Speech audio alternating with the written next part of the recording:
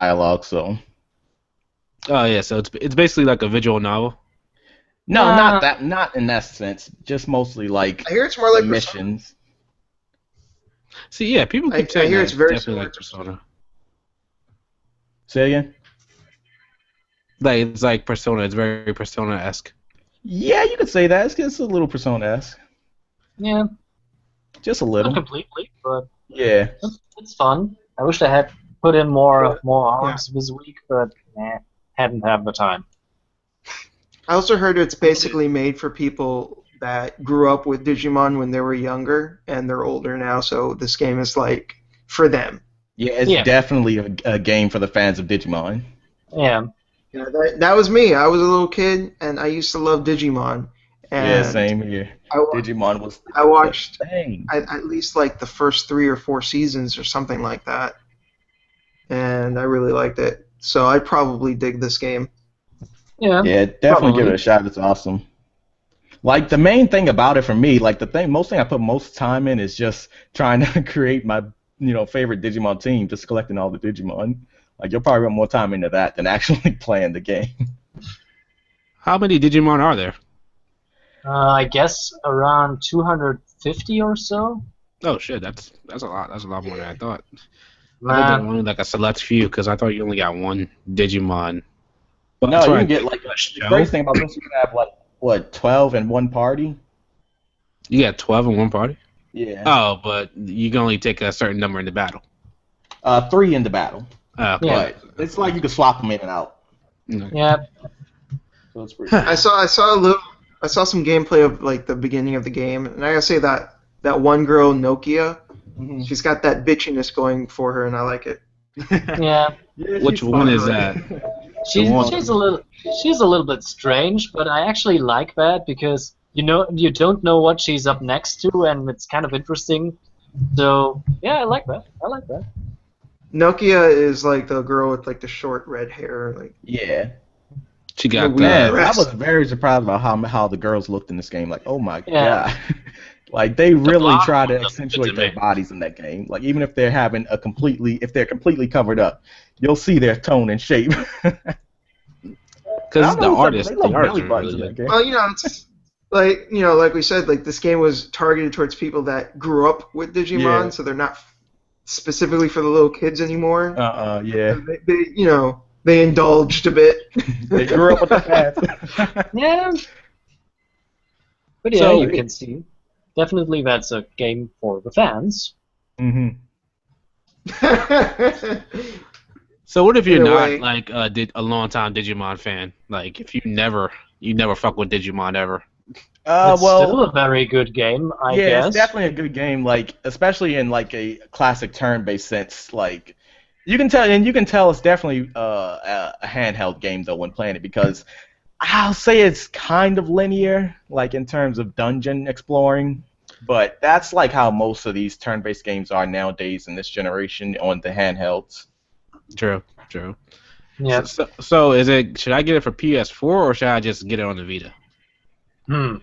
Don't know. Do you want to play with your Vita a little bit more then? Well, Right on the I don't know Well, because I saw footage of the PS4 version, and it looks really good. Like, Yeah, Um, I don't remember seeing how the Vita version looked, but the PS4 version looks very good. They Yeah, look like pretty they- much the same actually. I have bought it for the Vita, and besides a little bit longer loading times, I don't see a big difference. it's not a half-assed port. Like, No. they didn't just like raise the resolution. That's it. They act like the graphics are the same, but they made sure that when they transferred it over, it looked good. Yeah, I mean, it's a really a lot it looks cleaner. a smooth-looking Yeah. game. Yeah, they used kind of these what you do with flash animation so that it looks good in all resolutions with simple but useful textures. Good thing actually. So basically, get the Vita version if you want to play it on your handheld. Get the PS4 version if you want to play it on your TV. It's that simple. It also offers cross save. Yeah. So if you have both, Yep. nice. I was thinking about actually getting One both. thing that but kind of now sucks about the I get game money though like is that. one thing that kind of sucks about the game is that I noticed this, and that is you can't really skip past cutscenes. Yeah, but it's not so hard. I mean, you Or- can just. Well, It's, that's it's really not. only Yeah, it's not hard, but still, like Yeah. one time I actually tried the game on hard mode just to see how difficult it was, and it was actually very hard. Like I got wiped out by just a random encounter, and I had to restart a certain stage of the game, and I couldn't skip past the cutscene, so I was just mashing X button, and it was just frustrating. So Yeah, I heard the game was pretty easy though. it is pretty easy. Alright, so it shouldn't take me too long to beat it then if I get it. It's seeming like a long game though. Yeah. They playing the long run, like more than. It's like watching a whole season, in my opinion. Oh, so it's I could see that. Yeah. Where's And a Blandrew? Digimon season and a Digimon season is way longer than a standard show. Don't forget Mhm. this. Hey, where's Uh, Blandrew? He's usually here. yeah, he's usually here, but he had something to do, unfortunately. Ah. Yeah, so My couldn't get him brother in arms. in. You don't have your near brother in here anymore, all right? My bro. All right, okay. So here we are, guys. HPMP episode 7. It's been a couple of weeks. I've been pretty bad about this. First time, I think what happened the first week. First week, I got snowed in, and I had everybody at my house, so it wasn't gonna work. Second week, what did I do? Second week, I went to a party. I got a little bit wasted, and all day Sunday, I was completely I wasn't here. And what happened? Super Bowl. I had to watch Super Bowl, so couldn't do that then. So I apologize, people. So hopefully this will be back on a more routine schedule. Hopefully, maybe I can move it to Saturday. I don't know if that's going to be possible. I keep saying that, but I have a suggestion. Instead of Yeah. making it weekly, how about we make it bi-weekly so we don't feel as we don't feel as pressured to get one out every week. I think bi-weekly, make it a little bit easier. And it also gives us time to build up material.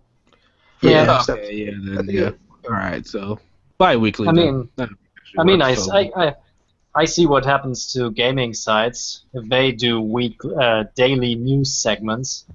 God, this is a stupid idea. We have here a site that really tries hard to be on the news. We have new news. Yeah, it's just look how a new DLC is going. Yay! Yeah, so it might be good if we just go bi-weekly. All right, bi-weekly then it is. All right, so week after next we'll host another episode. Hopefully it'll be There a we lot of more meaty news because right now it's pretty dry. But I got some topics here. Topics, yes. All right, so have we all seen Valkyria Azure Revolution? Yeah. The Yes. new gameplay. Fortunately, Oh wow! Unfortunately, man. Yeah. So the Valkyria game- the Warriors? graphics look really good. Valkyria it's Warriors? a looking game, I mean, but the gameplay. Yeah. yeah, no. Honestly, I don't dislike it.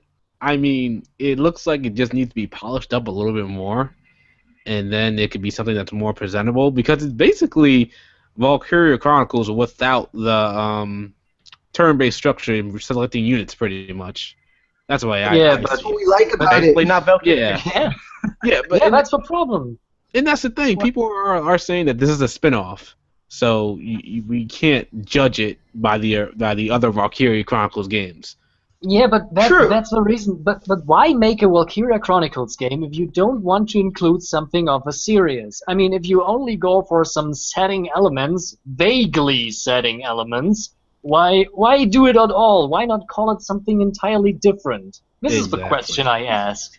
I mean, it's nothing wrong with a spin-off. I mean, a spin-off of Shin Megami Tensei made Persona, but, it's just... Here it seems so odd. It looks like every second Valkyria Chronicles game is not worth bothering with. Why? I don't I know. mean, Go ahead, Shinto. a spin-off is fine. A spin-off is fine. There's nothing wrong with spin-offs. But the thing is, Valkyria Chronicles, it was so specifically made to be Valkyria Chronicles that just taking elements of it and making it a new game, it just seems like it just doesn't seem to work, and it's evident by the gameplay where it just looks awkward and clunky, and it because Valkyria Chronicles is such a unique game, or rather, it's such a unique series, and I mean, I'm not entirely against the idea of like doing a spin-off if it can be done well. But just based on the gameplay, it just doesn't. The gameplay doesn't look engaging. It doesn't really look like doesn't. a fun game to play. I just And don't I think see it the is need. because of what I said before. Yeah, I think- they're just go on. I think that I don't know. Like, do you think they're trying to go with the whole Dragon Quest approach? How they're trying to re-engage the fans, like how Dragon Quest did a Warriors game, and now they're doing a main entry into the series. You think I they're guess taking that approach? I actually think they are going more for the appeal of Tales of games, because this kind of action RPG looks more in that more genre. You know, it looks more in this direction for me. Just going for they like action RPGs. Why not making an action RPG then? It's more that kind of thing, I guess. I don't really see that because the Tales of series has been an action RPG since the beginning. Yeah, but It's why always not try it? Why not try it? I mean, as a marketing ploy, it could work out for some easy money. Look, this looks Sure, like if something it you works. like, and why not buy it?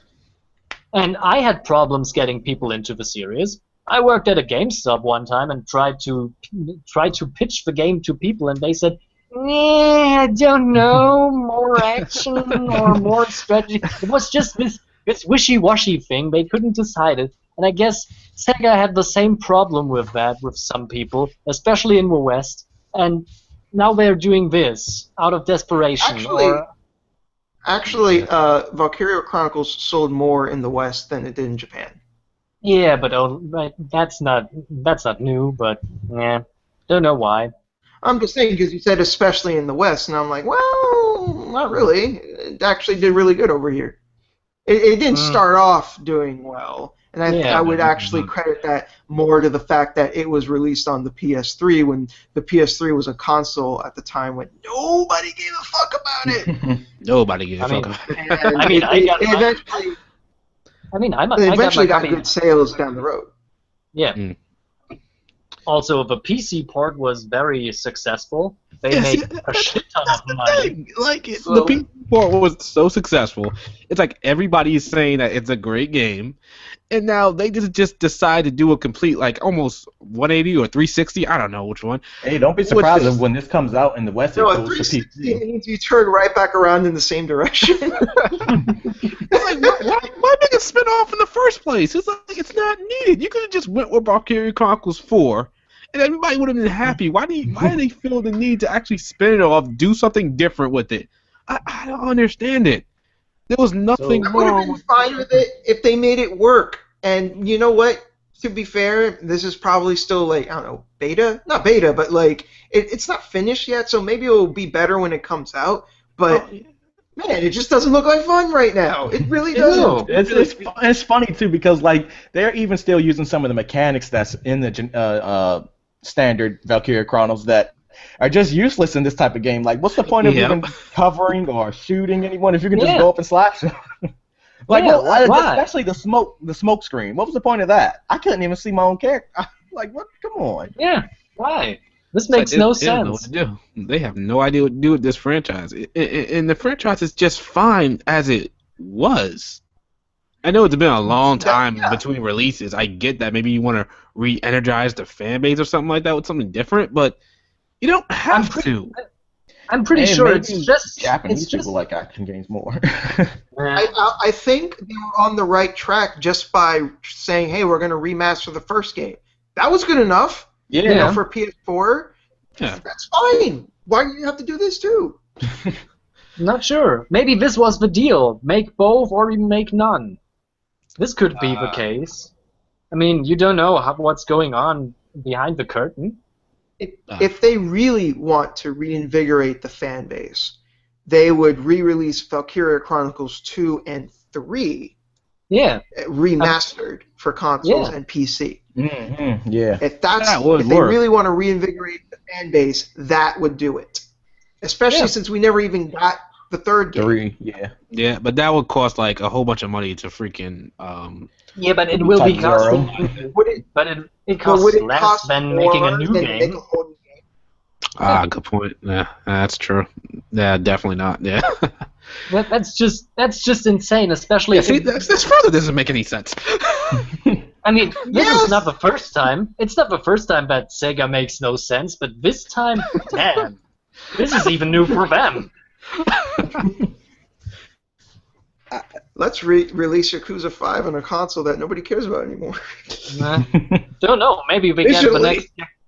Yeah, the next Why? Yakuza game. Release it on the Next- Xbox One and see Yakuza what 5 happens. is great our way. Please buy it. Yeah. I mean, even Yakuza made a good spin-off game that was more like a Yakuza game with zombies. But damn, That's actually considered like the worst Yakuza game. it's the worst. It's the worst Yakuza game, but it's still an okay action game with zombies. I have Is it seen just worse. No, I zombie agree. It's game, not like- bad. Well, it takes place in the same area, and it has very simplified combat, but it's okay in my opinion. Yeah, it's okay. I mean, it's not great, but it's fine. It's serviceable. Yeah. I would have rather they just brought over like another Yakuza game instead. But it's fine. There. How many more Yakuza games are there? There's a Like lot. 5 or? They're coming out with Yakuza 6. They're currently making that. There's Yakuza 0, which is a prequel that takes place in the 80s. There's the spin-offs, like the samurai spin-offs. They're going to release a remake of the first game called Kiwami. Like, there's a bunch of fucking games in this series. Damn. For a series, And that's not even touching the spin-off on the PSP, Black Panther. man. Oh, that was one on the PSP? Yeah. Yeah, Stuff. we never got it. I mean, for a series where we don't get an exposure most of the time, it's a very big series actually. In Japan, yeah, it's huge. Yeah. Damn. All right. I Time think to part get of the in, reason right? why Yakuza wasn't that successful when they brought it over here was because they called it Yakuza, and they tried to advertise it as if it was this GTA clone, when it's absolutely nothing at all like GTA, like not even close. And that's actually the original reason why I never played it at first. When I first saw like advertisements for it, I didn't want to play it because it looked like a weird clone of GTA. So why did you play it? A friend of mine really urged me to play it. He was like, "You need to play the series," and I told him, but I thought that was like a GTA clone. He's like, "What? No, this is an action RPG brawler." I'm like, "Whoa, wait, what? That sounds awesome!" And then I tried it and I loved it. I didn't know there was RPG aspects to it. Alrighty. So You can you get experience points and you level up different areas, and you get different skills, and it's awesome. You learn different moves and stuff. So that's good. so that's If like you one of will. your favorite series. Yeah, I would say it's up there. Oh wow. I would say, like, if you want to get into the series, Yakuza 4 is a really good place to start because it has it's the first game where they introduce multiple characters. So even if you're not familiar with the previous games in the series, it's okay because you're following the stories of these characters that are all new to the series anyways. Okay. And all the stories are like connected to each other. It's really good. I just thought it was like pretty much a Dynasty Warriors type brawling for all things. What? I never thought much Wow. of it. I never It's actually not, thought it's much. not Dynasty Warriors. It's nothing like Dynasty Warriors. No. I just never thought much of it. Then again, I'm only interested in RPGs, so. It technically is. Yeah. Each game improves the RPG mechanics a little bit, and it looks like the prequel, Yakuza 0, added like a whole new like level up system where you like you have to use money to upgrade your different skills and to learn new abilities and stuff, and it looks really interesting. Yeah. Yeah, maybe if I can get I it. actually have a Yakuza downloaded. I haven't gotten a chance to play yet, so I'm going to check it out. It was like during the Like I PS said, Plus. you want to start with 4. That's I that's think that's the easy to one. find, and it's easiest for newcomers because you're mostly following new characters and you don't need to know the stuff that happened beforehand. And it even does include summary movies of stuff that happened in the previous games. So if you want to know what happened in the previous games, you can watch those little movies and they summarize the previous games for you so you get an idea of what happened before. It's really good. It brings you up to speed and you get an idea of who these characters are and it's just a great series. You really need to give it a chance. He's spreading the Yakuza gossip here. Oh, you bet, man. If this doesn't sell you, I don't know what will. You're fucking playing as these guys that turn into Super Saiyans, basically. Because they've got like these blue auras, which means that they can do their special moves, and they fucking beat the shit out of dudes. Like, there's this one move in Yakuza 5 where you grab a guy's face and you just start put him in on the floor, and you start moving it around and just like gnashing his teeth on the floor. It's fucked up and it's awesome. Okay, gory violence. I'm in. Yeah, that sounds right up my alley. Yeah, it's a pretty brutal game. I mean, you're beating people up with your fists, with objects, with them. You can take pick up bicycles and smash their heads through the bicycles. Jesus Christ. And if you grab someone, you bring them up to a wall, you can smash their face on the wall and then punch them in the back of the head. It's fucking great. It's so brutal. Yeah. If you ever wanted to feel like a Japanese badass, that is the closest you will ever get. And you level up in the process too, so it's like an RPG. Yeah. And you go on quests. Yeah. Yeah. And there's so many mini games. You can go and sing karaoke and stuff like that, and play golf, mahjong, blackjack. Well, I wouldn't be doing that. You can go to a hostess club and Oh, okay, now that sounds like something I could do. Got him with the moe.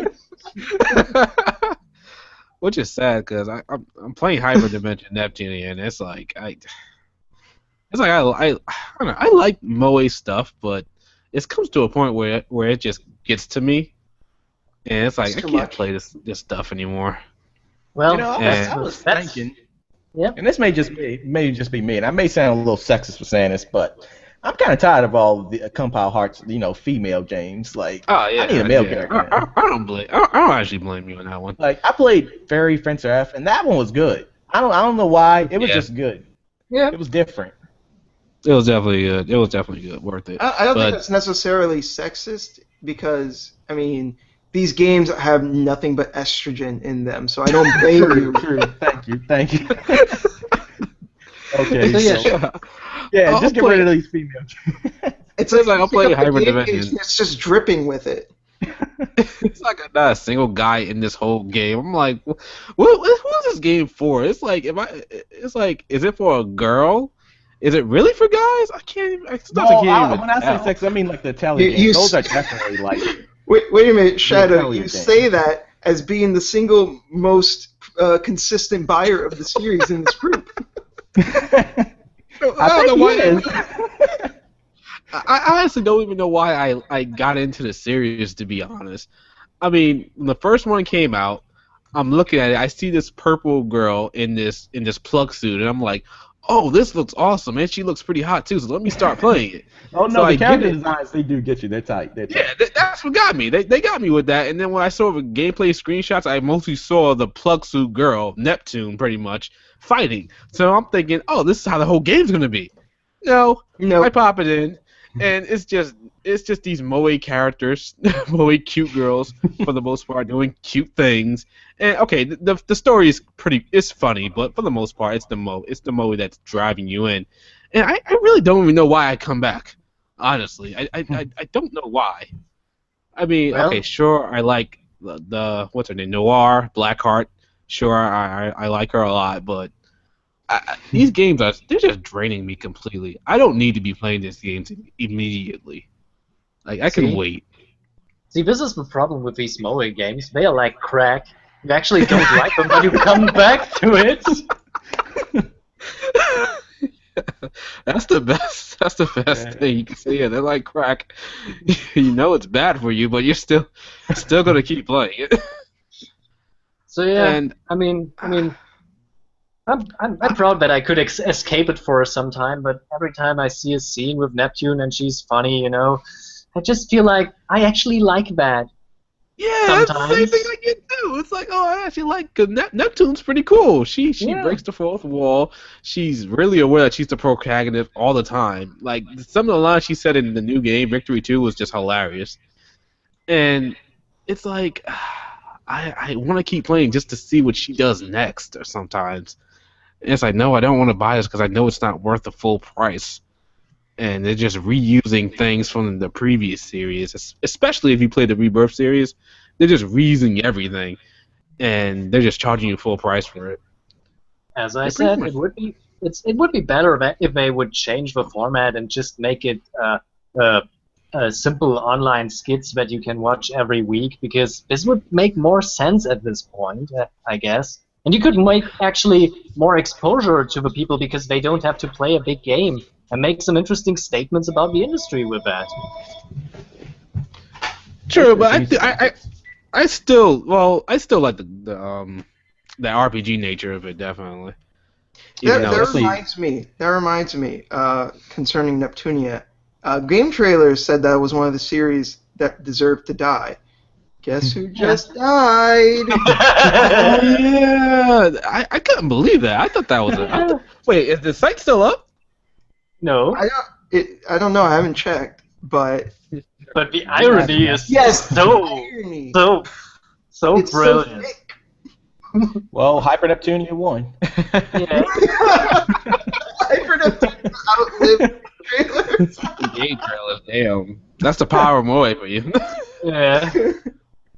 I don't get how they went under, because I used to go hard on game trailers like way back.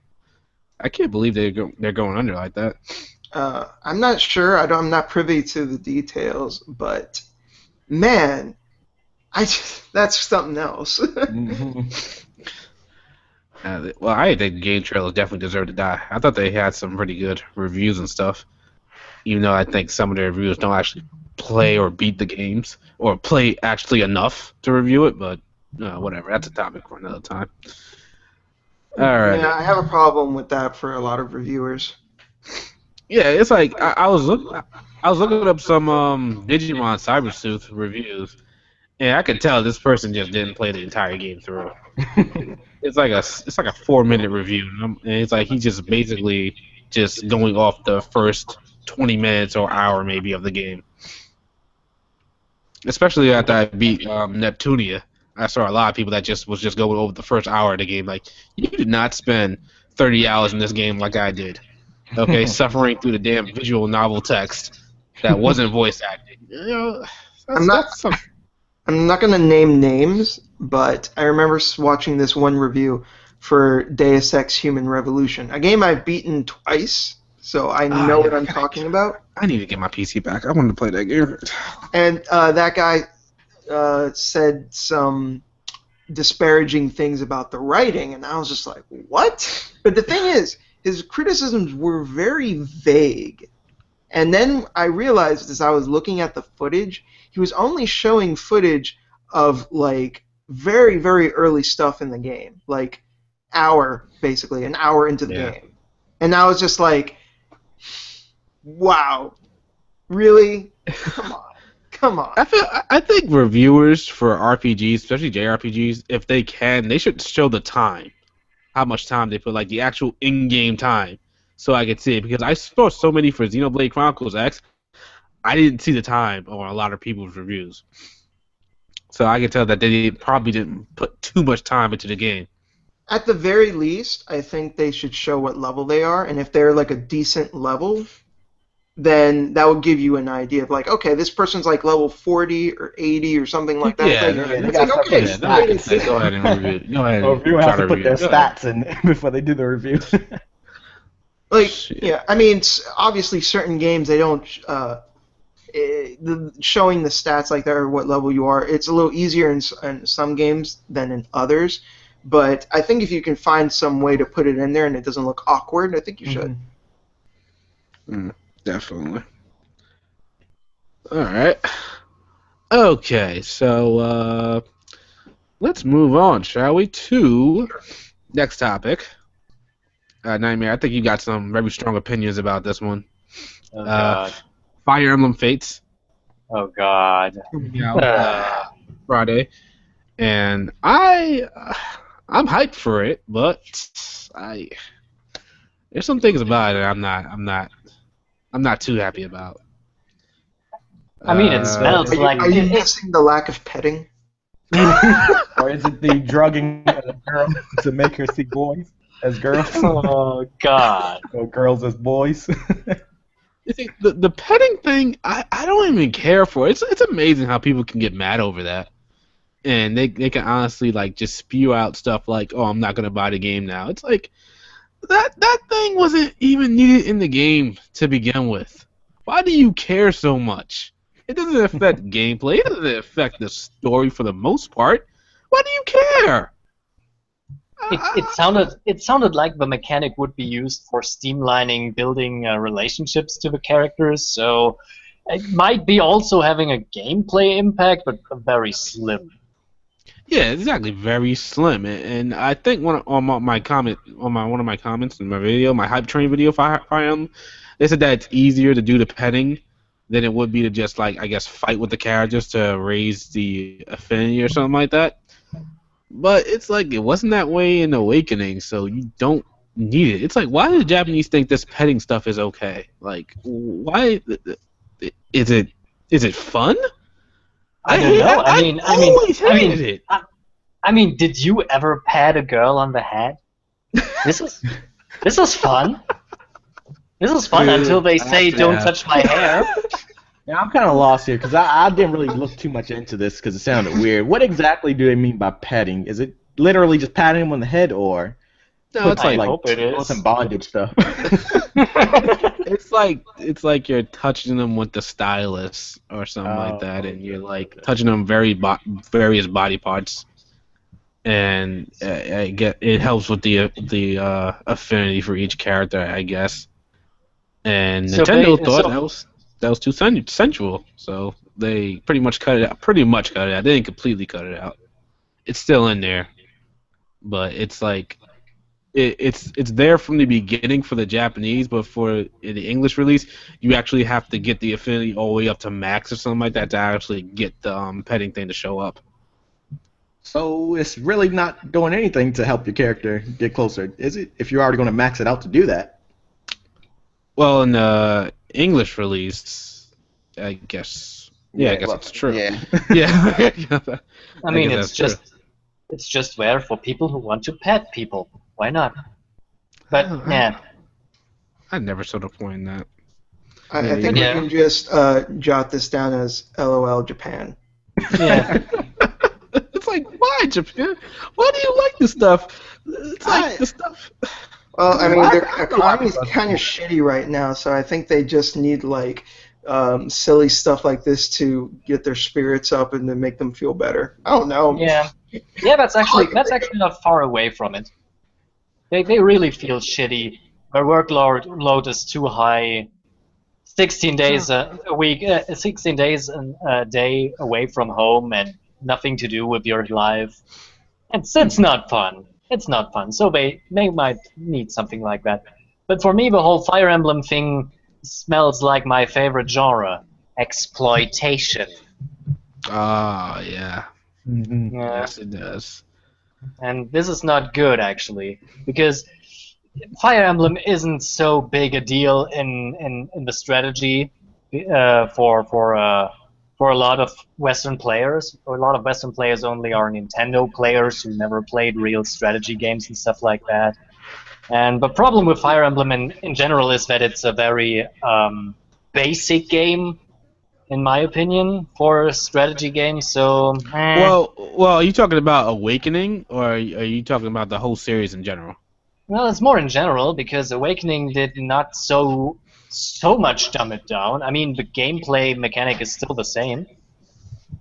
Okay, because I heard from a couple of people in comment sections that like the previous Fire Emblems was way more strategy focused, I guess, and they were more skill based, and Awakening just kind of like threw all that out the window.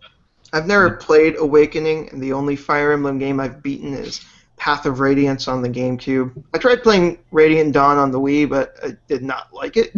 Path of Radiance was great, though. As for it being basic, I can kind of agree to a certain extent, but I think it works for what it's trying to do, and I think it's more so.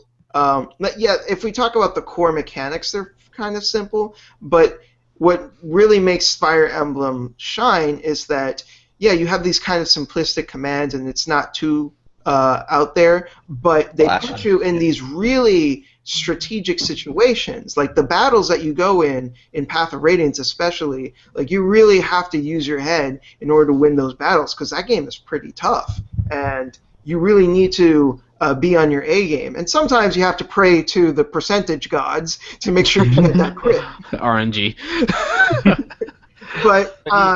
But first and foremost, yeah, you need good strategy. So I don't feel that it's, yeah, sure, maybe the mechanics are somewhat basic, but as a strategy game, I wouldn't call it basic in a general sense.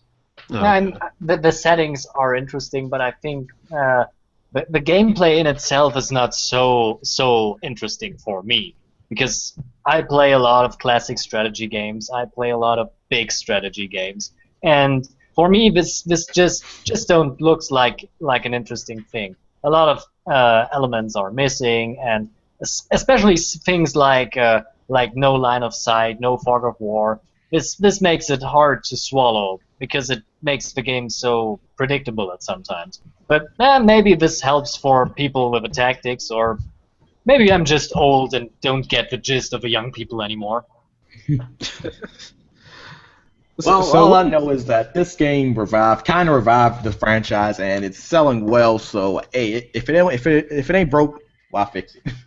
That's the thing. Like, some people, some hardcore fans, they don't even like that it did that.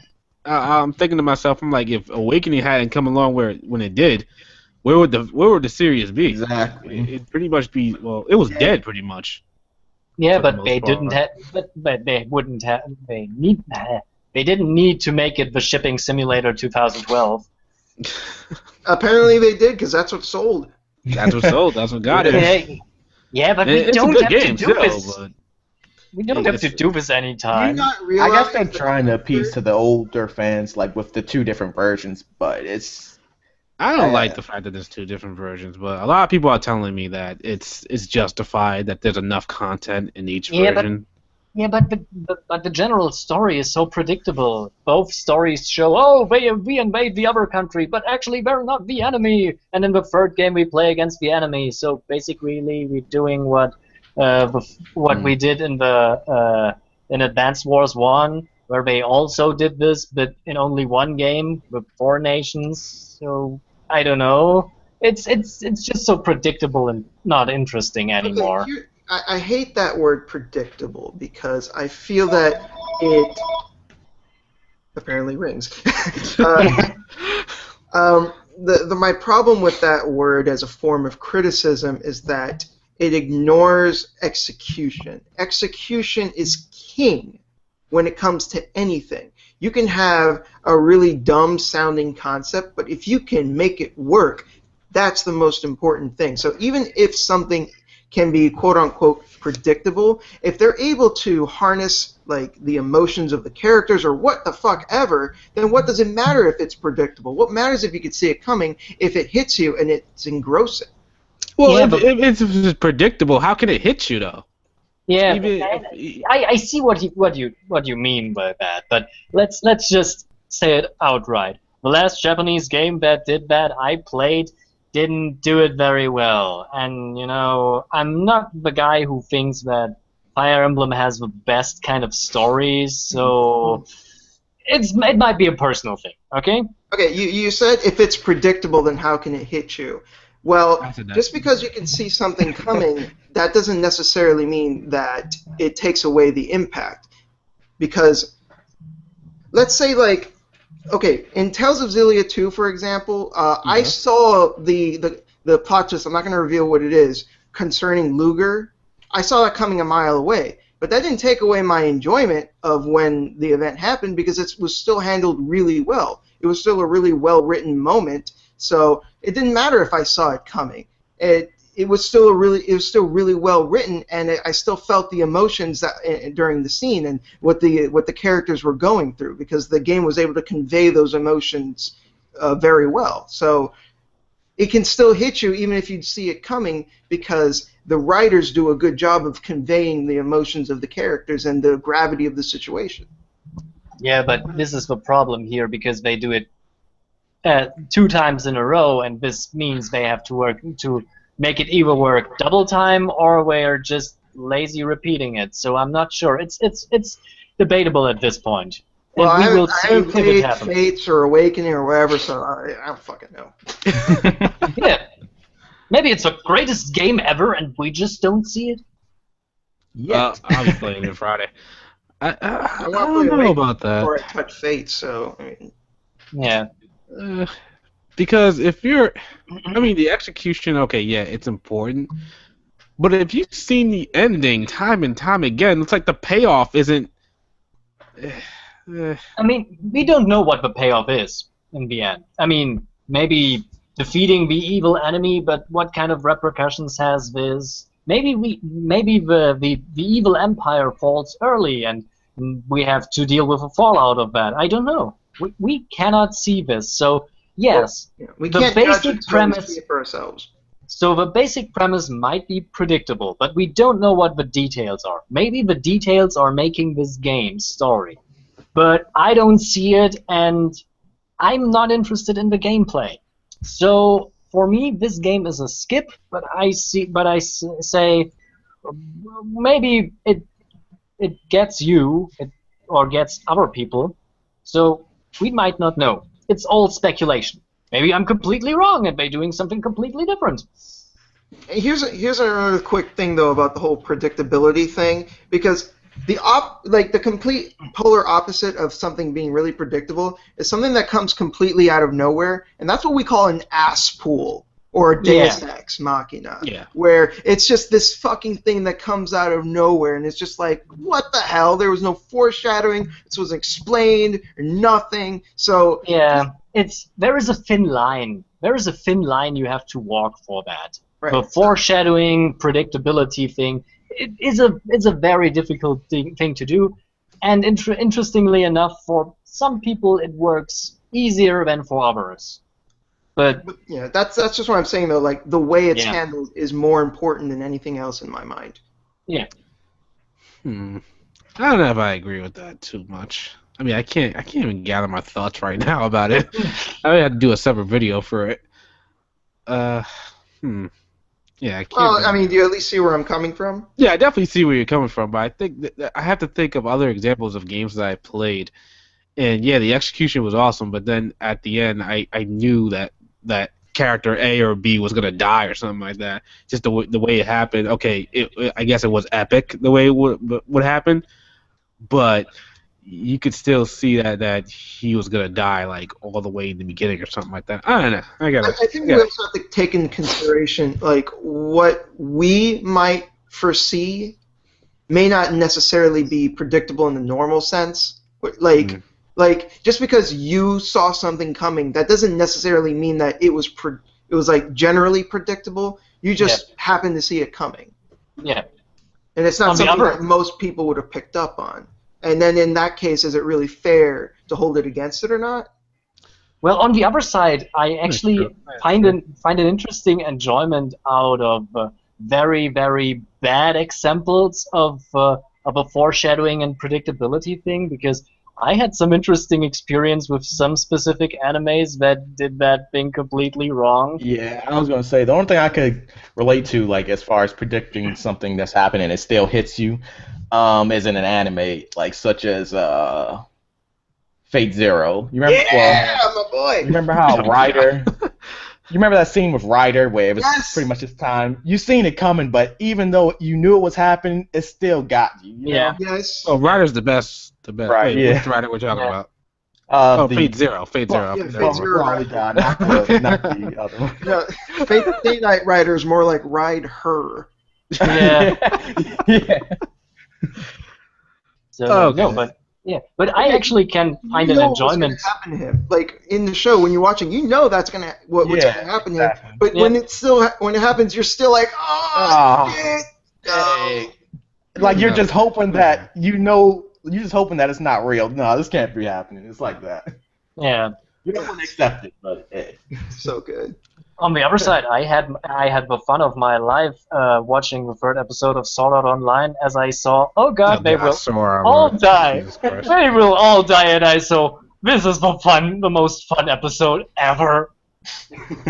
Sword Art Online is just the worst thing I've ever seen. Yeah. I hate Oh, I the agree. Kirito I effect. think it's terrible as well. I hate the Kirito Yeah. effect. Yo, the Kirito effect was so real. It has such a ripple effect throughout the anime industry. It Oh just, my gosh, doesn't it? God, Yeah. it pisses He's me such a off. Gary Stu. He sucks. Yeah. It's like If you would give him sunglasses all the series through, I think my enjoyment would be bigger, just for the douchebag fact. But yeah, it's Kiri, bro. Deal with it. It's just a terrible anime. So Yeah. it's like that anime is like the biggest example of good character designs will take you so far. Yeah, that's true. That's true. Oh my Cannot disagree with him. god. Okay. All right. I hate it when So they throw in a whole bunch of. Never. I'm not even gonna get into it. I'm not even gonna get into it. nah, get into it, man. Let's get it all out there. I just hate it when they have one male character that's just so epic and awesome, and then they have all these other supporting male characters, and they're just sitting there acting like the females, praising this one. Like I would feel like it just feels like you're a whip if you're like praising this male guy. Like I can't do it. I can't. Yeah, I know what you feel like. It's because I think the supporting cast isn't that bad in the show. It's just they are not It's allowed to do anything. They're just Klein. stupidly overshadowed. Oh man. Then the second season was just even stupid. Oh god. Oh Don't my start on it. Don't start on it. I can't believe I sat there and watched the second season. That's what I was like. Please tell me this gets better. It's just It's like, no, it doesn't. It really doesn't. It's No. regurgitating I the only saw same season crap. one. That was enough. Oh, good, So- good for you, man. Good for for you. you, man. You know, You- shit, man. you Don't do like I did. because you get Super 8s from that. You get Fuck Super up. 8s from that. Me and my friend, we in our hatred of SAO made like a fucking 20-minute video of us just ranting about it. No shit. Yeah, we Oh, no. hated it. So You bad. know why? I mean, Characters, cute girls. I have doing enough- cute things. That's if why. I have a little bit distance, I can actually have fun with the show because I can rip it apart for fun. Well, maybe if I get drunk and watch it, maybe Yeah. then it will be enjoyable. One day. Yeah. That's One really day. bad if you think to yourself, maybe I'll enjoy this if I get drunk. Yeah, That's the only way. pretty much. All right. So let's move on to the next topic, since we just pretty much went off on Fates and then we went off tangent, something else to a different tree of whatever. All right. So let's talk about our favorite popular series that we don't know if it's gonna do well or not. Final Fantasy 15. Hmm. Oh boy. A What's couple weeks the ago. news with this? A couple of weeks ago, there was some new gameplay. They had active time report, Mm-hmm. I remember and that. there were some people that were like iffy about it because they didn't like the sneaking around aspect of it. And to me, Well, Yeah. they were sneaking around in the demo. Nobody complained about that. Oh, I didn't like that at all. I actually, yeah, I didn't really. Did I complain about that? I don't It remember was, complaining about it was a that. pretty short No, part of the no, demo. I mean, it wasn't really a big deal. no. Yeah. You didn't talk about that. No, I I don't think. I have don't think I did. Hmm. no. I No. didn't care for it too much. But what did you guys think of the new gameplay? Are you guys still like at the same level of excitement, same level of interest you guys are at before? Do you guys Yes. believe in this game at all? Yeah, I still think. No. I think it looks even. I personally think it looks even better now.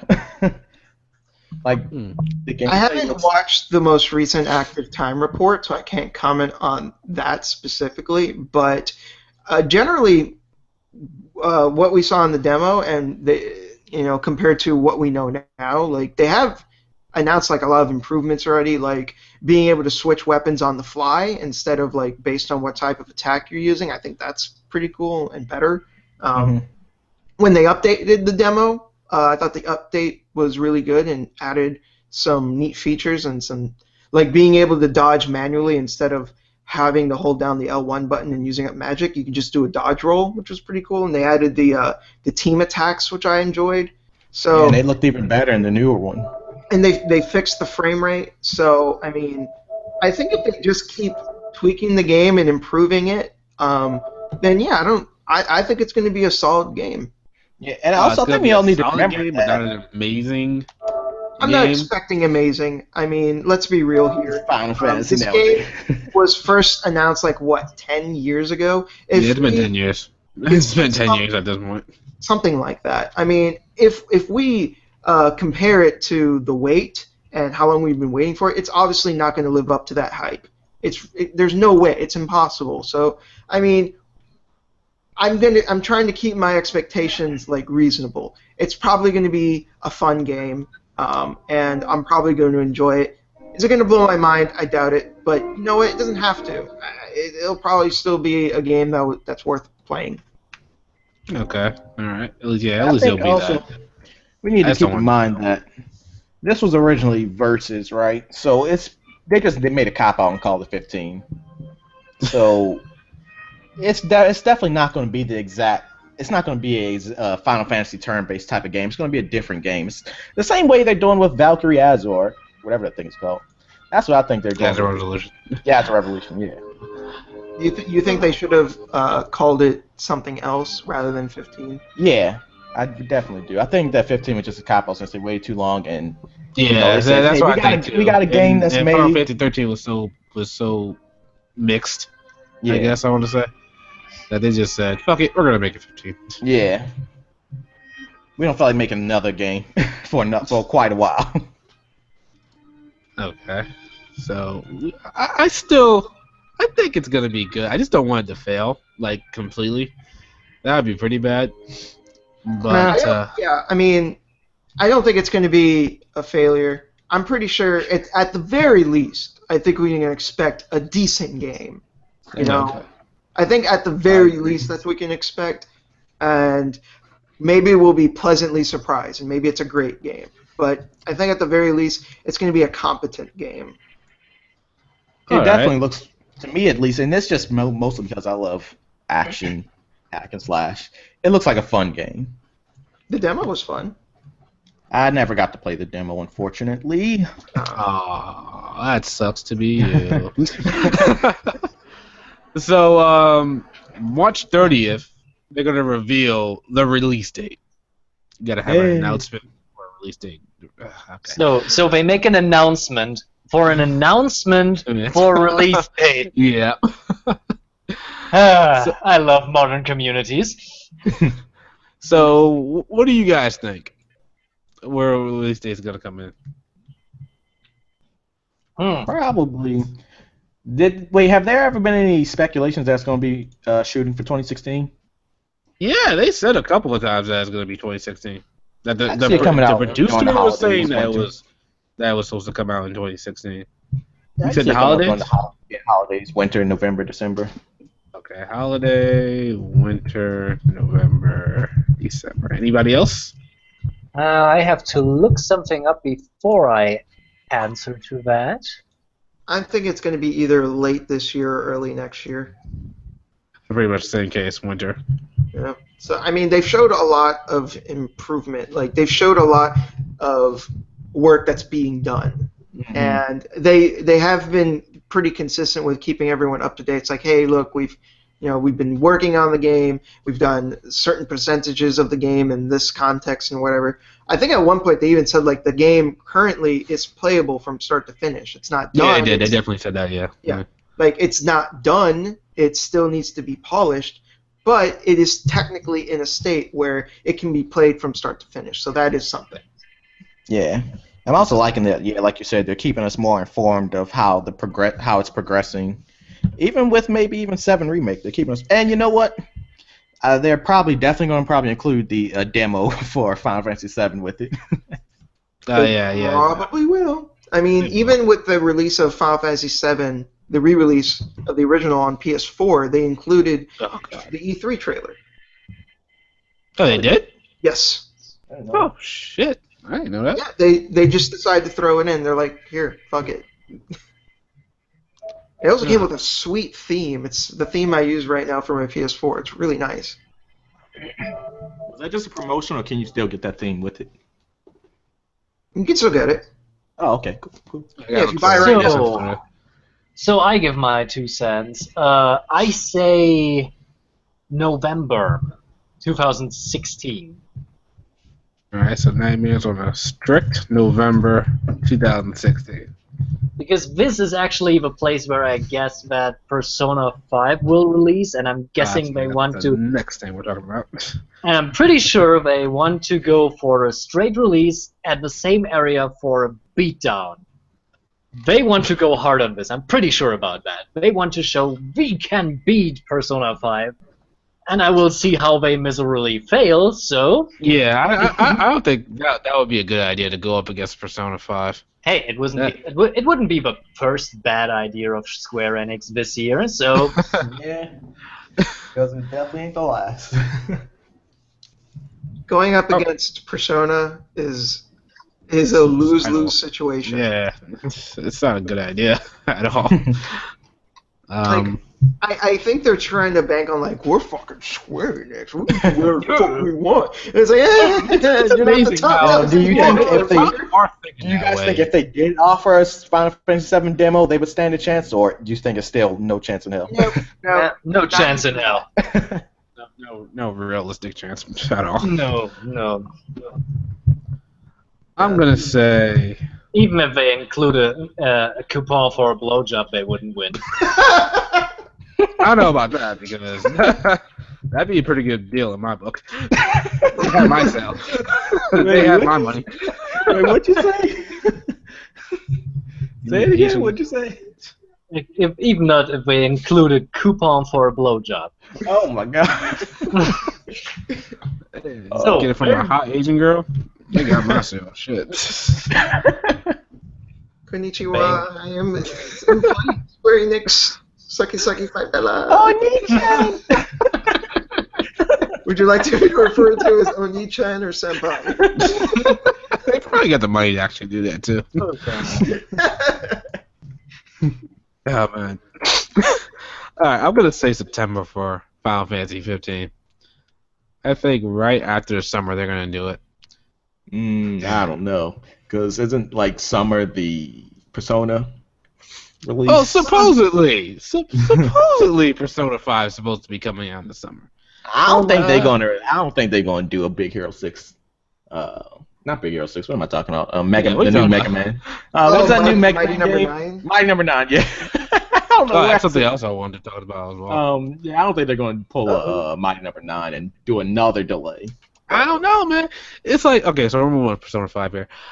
The thing is, like, when I look at a JRPG release, I see all these things that happen before the game is released. Like, I'm looking at all this information for Star Ocean 5, and I see character trailers, I see character descriptions and stuff, gameplay, a lot of gameplay in Star Ocean 5. That tells me that Star Ocean 5 is definitely going to be coming out, at least in Japan, this year. Yeah. But for Persona 5, what have we gotten since? We haven't got. We got like what, 2, maybe 2.5 trailers, and maybe just one thing of like character descriptions, and that's it. It's been quiet.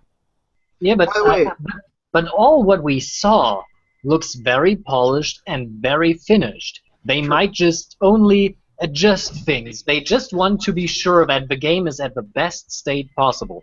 And I'm pretty sure Persona 5 will be available not so long from now on. But I'm guessing they just want to be safe. That's all they want to be. I don't know. I think they're gonna delay it. By the way, speaking of Star Ocean 5, there's a little glimmer of hope with this game yet, because they announced that they added a fucking dodge button. Thank you. Hey. Oh, is that actual dodge button? Was that dodge Originally, like, you could only block. Ooh. And they recently released some info saying, oh yeah, we added some sidestepping. Oh, okay. All right. So that's good. Well, I thought there always been sidestepping, like, you know how when you charge up your attack and you press left on The blind button? side? Yeah, that was the blind sides in Star Oh, Trek. okay. But here's the thing: this game is being directed by the guy that did Infinite Undiscovery. That game did not have any dodging in it, and based on the demos, like the demos of Star Ocean 5, there wasn't any dodging in them, and it looks like this is something that they added recently. Okay. So That's there is a developer package that you get if you be a developer in Japan. So if you're going for a specific route, you are not allowed to include dodge buttons or something like that. What? Do I have to buy this as a package? No, I have all out attacks. You cannot have a dodge button. No.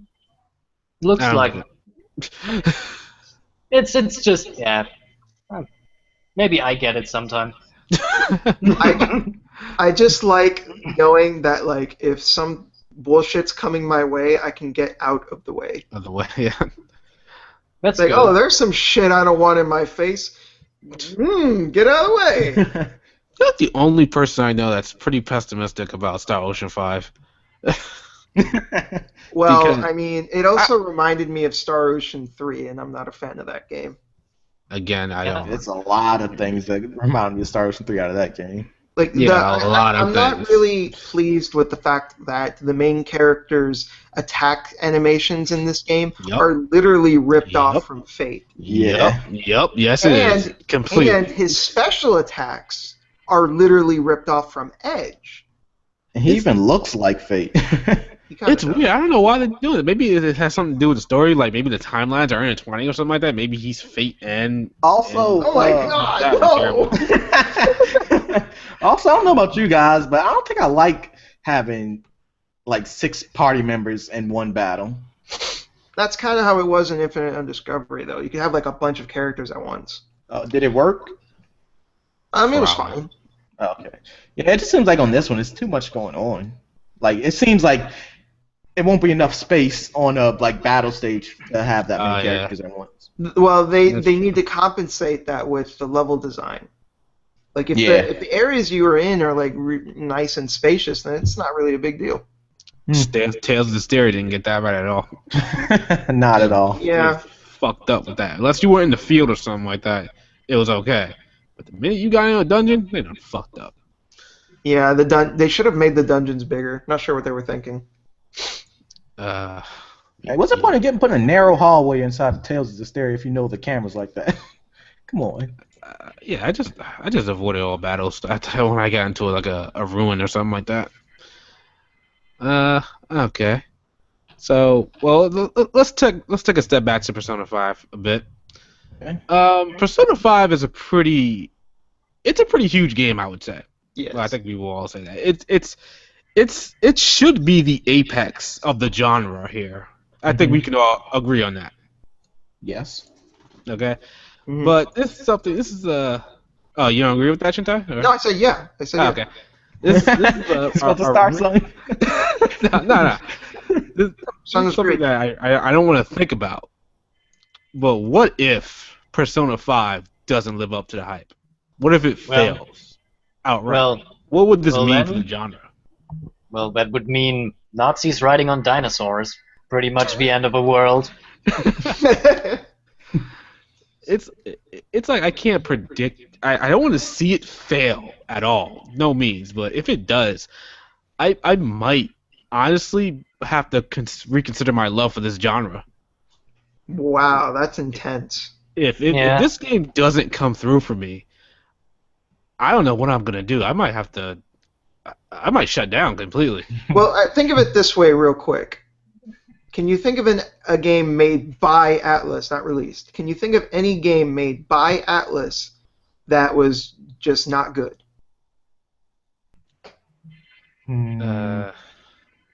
No, I can't. I really can't. Is Etrian Odyssey made by them? I don't really like No. those. Oh, okay. I think it's not made by the branch that makes the Shin Megami No. games. No, Beatrian, they were developed by a different company that Atlas acquired a time ago, and Yes. now they're part of Sega. Hey! Oh, okay. Exactly. So that technically, sure, they're made under Atlas's house, but they're not made by the same teams responsible for like Nocturne or Persona. Okay, yeah, I was about to say. In fact, Devil Survivor on the DS and 3DS was actually made by a different team as well. Although those games I've heard are pretty fucking good. Oh yeah, they were. Oh, I thought they were made by Atlas. I need to do my research more because I love Devil's They're Survivor. made by, I think they're called CareerSoft, who are responsible for Langrisser and Growlancer. Yep. Well, So yeah, what would you guys do if Persona 5 didn't live up to it? rallying up a mob with forks and torches and burning down some company buildings? I don't Forks know, are- actually. Forks, are we going in there with silverware? It's like I was thinking about it. I thought of pitchforks. It's like You I guys- always, huh? Oh, I was gonna say, well, you guys remember Jay Lin, how he went and turned Super Saiyan? That kid that said, "I'm turning Super Saiyan." It was a black kid, wasn't it? Yeah. Yeah, all right. I saw I would that. do that. I would do that and just break the game, yelling. "Ah!" That's what I might actually do. I might actually do that. Break the game. I might honestly I might be done with JRPGs if Persona 5 doesn't come through for me. So I hope you have a backup genre, because if not, your channel will be dead. See, I'm not gonna wouldn't- lie, that might happen. If it does, I might get so depressed with the genre about the games, because if this game that I've been waiting for a long time can't come through for me, then what have I been playing this genre for the most part? So, coming this year, the changing of Shadow Elite HD to the FPS enthusiasts. that could happen. No, I might honestly go towards Western RPGs because I do like Mass Effect and stuff, and Witcher and Dragon Age. That might happen, but So you'll be the WRPG enthusiast, yeah. and instead of Isanagi, you'll have like Femshep. Oh man. Well, I always said that. So, might be your weeaboo days are numbered, so.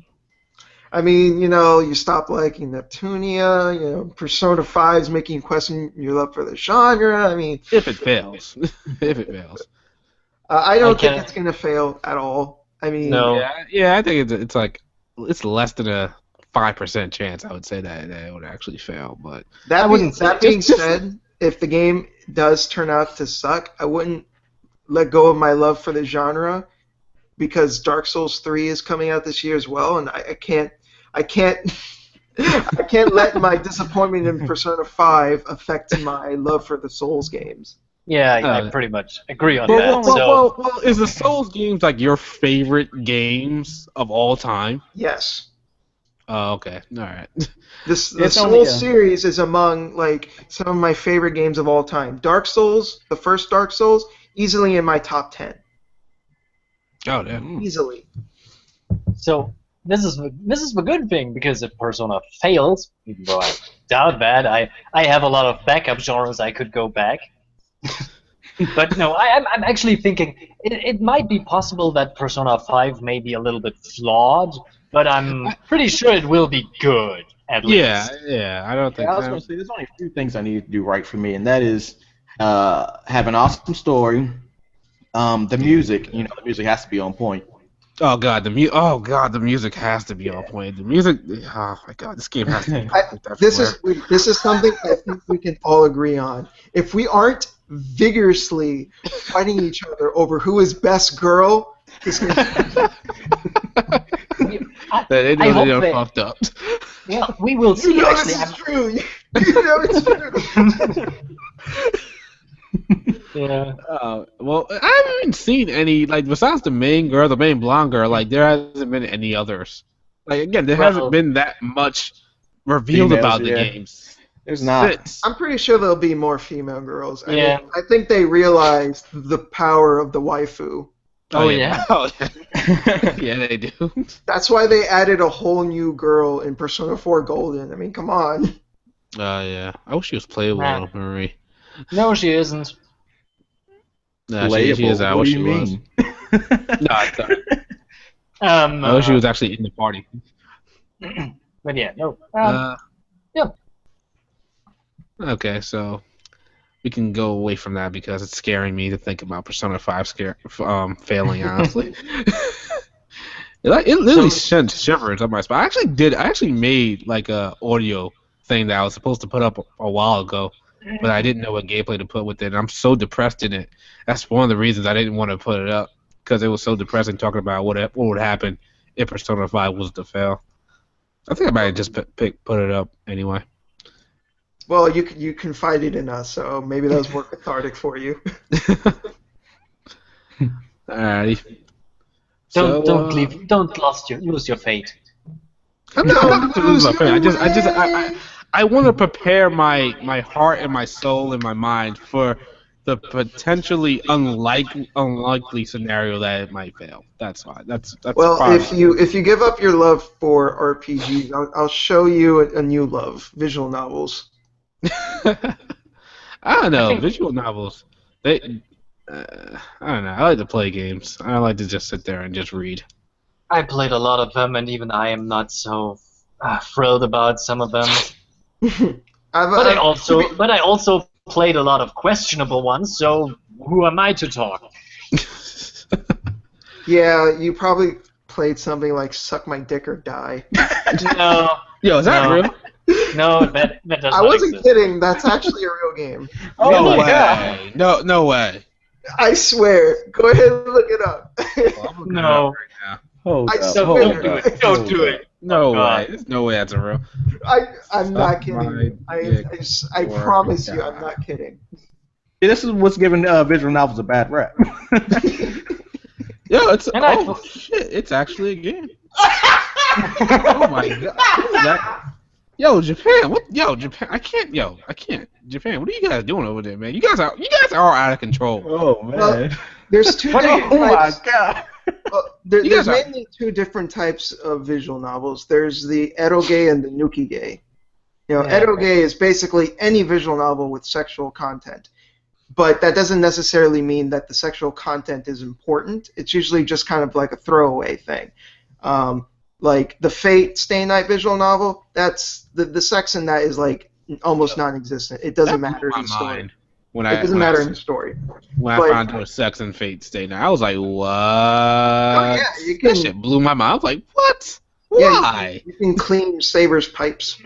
That's like, I don't want to think about that because I have so much respect for Saber that I don't want to think about her like that. There are all ages versions of the visual novel that you can read that take out the sex scenes. But the point is, there's eroge, which like the sex scenes are throwaway and they're whatever. Usually they're an excuse to like boost sales, and that's pretty much it. That's actually the reason why they're in Fate Stay Night. It was only to get the game to sell better. But then there's Nukiye, where the entire point is just for the sex. That is why it exists. Okay. I think I played one game that was just all about sex. What game was it? Well, I can give you a list if you want. What I tried out, including a game that was called Boob Wars. What the fuck? What? Yeah, I did play one too.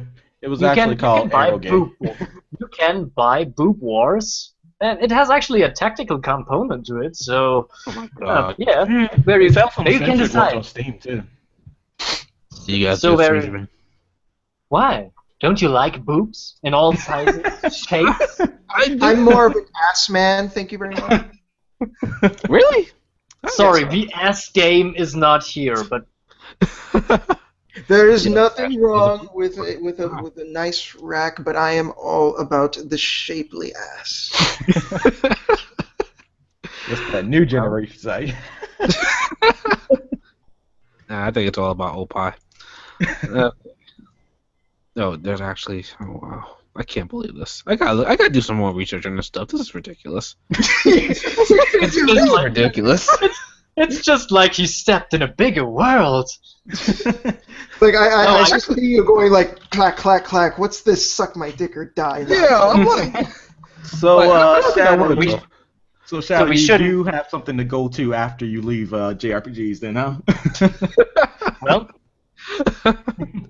I I mean, the visual novel database lists more than 100,000 entries as of now, so there should be something for you. oh my god. Katawa Shoujo is pretty good. Yeah, it's good. No, no, I can't. It's very tasteful. It's very it is tasteful. surprisingly so. Yeah, No. it's Oh my endorsed gosh. by my people. I would browse the say shirt? like if you're a newbie to visual novels and you want to find your gateway, Katawa Shoujo is that gateway. It is. Yeah. First of all, you can download it for free off their website, which is awesome. It's a free game, and it's just really nice and quaint. It's a very well written. It's got great music. The music is really nice, and it's got likable characters and just really solid visual novel. I would recommend it, especially since it's free. You can just get it right now. Yeah. Only visual novels. Only problem is the setting might be a put off for some people, but Sure. don't fear that. Don't fear that. They're all nice girls. Except for Shizune. She's my least favorite. Her route was like the worst one in my opinion. Fucking phone, I swear to God. You're a call center right now. No. Turn the fucking battery out. Okay, so let's get back to at least gaming. You're of the opinion whether visual novels are not games? Are they? I mean, Well, it's technically- sitting there reading. Wait. Here is a thing I discovered for a year ago or so. Even the visual novel producers are actually putting in gameplay into these games because the people actually are not so interested in only story games anymore. So a lot of these games I have seen are sometimes basic tactical RPGs or something like that. Sometimes. Yeah, I've seen that before. Yeah, then there would be a game, but I feel visual novels like you're reading the. Yeah, I agree. I think they're just reading material because, I mean, Yeah. people aren't calling audiobooks music. Yeah, that's No, true. no. Here's my opinion. I think that a game is something that, first of all, obviously has to be interactive. Obviously. Obviously, it needs to have rules because you can't. If you just like do whatever you want, then that's not a game. Okay. All right, and there also needs to be the possibility of failure in some way. That doesn't necessarily mean that the game tells you that you failed, but there needs to be a way that you made a mistake. So I think just that's my personal criteria, and I think most visual novels do fall under that because even if you have Katawa Shoujo actually does have an ending where you end up dying if you make the wrong decisions. But even if it didn't have that, I would say that, let's say you wanted to go on Shizune's route, but you made the wrong choices and you end up on Lily's route. You technically failed. The game didn't tell you failed, but you still made a mistake, and you ended up on the wrong route. So And that pretty much just wasted a whole bunch of time of reading because you fucked up. Now you got Well, to if you have- rebuild. If you have set In my good save opinion- points, yeah. no. So is it like getting a good ending and a bad ending? Well, kind of. there are some bad endings. Okay. Some get Yeah, like some I can said, there's get an very end where dark, but you fall off the roof of a building because you're drunk and you die. Damn. Yeah, I gotta because be you aware of didn't that. end up with any of the girls, and you're so yeah. depressed, so you're drinking with like this weirdo, and you just fall off the building. So don't drink and date. Don't drink and date. I do that all the time. Okay, so yeah, visual novels. I don't think they're gonna be my second choice. At If least I- give Guitar Shoujo a shot. At least. How do you spell that? Yeah, I was gonna say, can you I'll put it in the little I'll put chat? it in the Yeah. chat for you. Okay. I We can also- actually put the link. This is actually a good idea. We should just say, hey, viewers, play this game, try it out, and come back next week or the week after and tell us what you thought about it. And who's your main girl? Who's your main girl? Who's Yeah. waifu material? I So may it do also- that. They I'll also be back next offer week. the soundtrack on the website as well. Highly recommend even if you don't want to play the game, I would say that please at least download the soundtrack. It is a really good soundtrack. Alright, I'm gonna see if I can download the game. How Alright. big is it? Same. There you go. I went ahead and linked you the download page. There you go, man. I was alright. I just got on it. Okay, turret. Why not? Oh wait, no, don't turret now. No, Fucks with the whole thing. yeah, that would fuck up your whole connection. Alrighty, so let's go on to the next topic here. Kind of a broad topic here. I just want to talk a little bit about DLC. Back in the day, of course, like with not even JRPGs, like fighting games, you would have characters that would be actually in the game on the disc that you can unlock. Nowadays, you have to pay. So with all the stuff going on in the industry right now, you know, with like jobs being lost and whatnot, has that turned from entitlement to actual like these companies need the money? Well, they spend a lot of money on very useless things. So yes, they actually need the money to make more useless stuff, like extreme useless advertising campaigns or augment your pre-order or stuff like that. Oh Jesus Christ! I heard of that. It's just this is the problem with the industry. It's just it grows too fast and cannot sustain itself because it's just too big. It's just too big at this point to be systemic enough to Not you. Don't worry, I don't take this personally. Well, yeah, but the industry is growing so big that DLC is a must thing to the point where it's ridiculous. And you know, a good DLC can be made very easily. It's just that good DLC is not what brings you in the money. It's the cheap DLC, the things that you should actually put into the game, because that is something you don't have to invest extra. So a whole DLC campaign, for example, needs more time, needs more development costs, something you don't want. So you just take a character away, lock him behind a paywall, and that it is. It's a simple choice to make on an economic level, more or less, for these companies.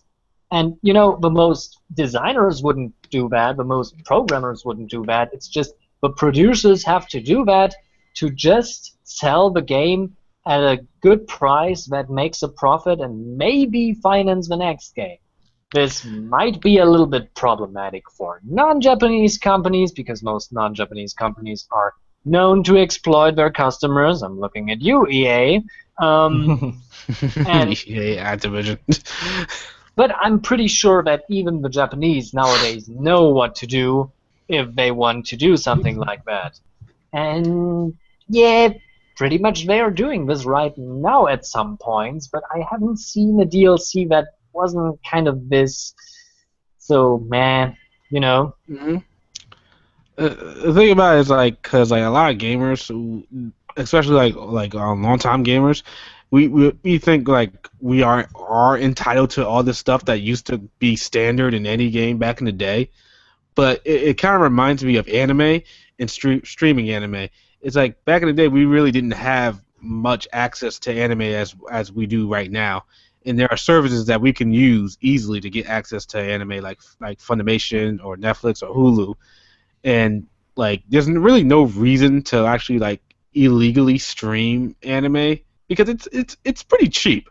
And I might be saying that because I'm an adult, so I have a job, and it's easy for me to pay like $8 a month for this stuff. But it's like with DLC, it's like now this stuff has become the standard, and that companies need this stuff, like you were saying, to fund the next game. Can I just say, when you said that it's cheap, some of it is. Yeah. I paid $300 for my Kara no Kyokai Blu-ray box set. Jesus Christ, damn, nigga, you got money to spend like that? I saved up for it, okay? I didn't just go one day. It's like, I got fucking money to blow. No, I saved up for it, so it was worth every penny, even if my wallet hurt a bit afterwards. But like, just throwing that shit out there. Fuck you, Aniplex. This stuff is too expensive. Are they? Oh, is it Sentai Filmworks that has Fate Stay Night? Sentai does have Fate Stay Night, the Dean version, back in like 2006, the original. Yeah. Actually, that's gotten pretty cheap now. The older versions of Fate Stay Night. Aniplex is the one that's handling the ufotable ones. Yeah, and that shit is like $200. Yeah, that's the expensive stuff. Oh yeah, that I bought pissed Fate me Zero off. as well. I bought Fate Zero as well, which cost me a pretty penny. Yeah, see, I wanted that so fan. badly, but it's like I don't want to pay for that. I don't want to pay that much. Why is it so much? I don't understand. Why is it so much? I know it comes with all this other stuff, but can't they just do a standalone release? Even if they do a standalone release, it's like $80 almost or something like that.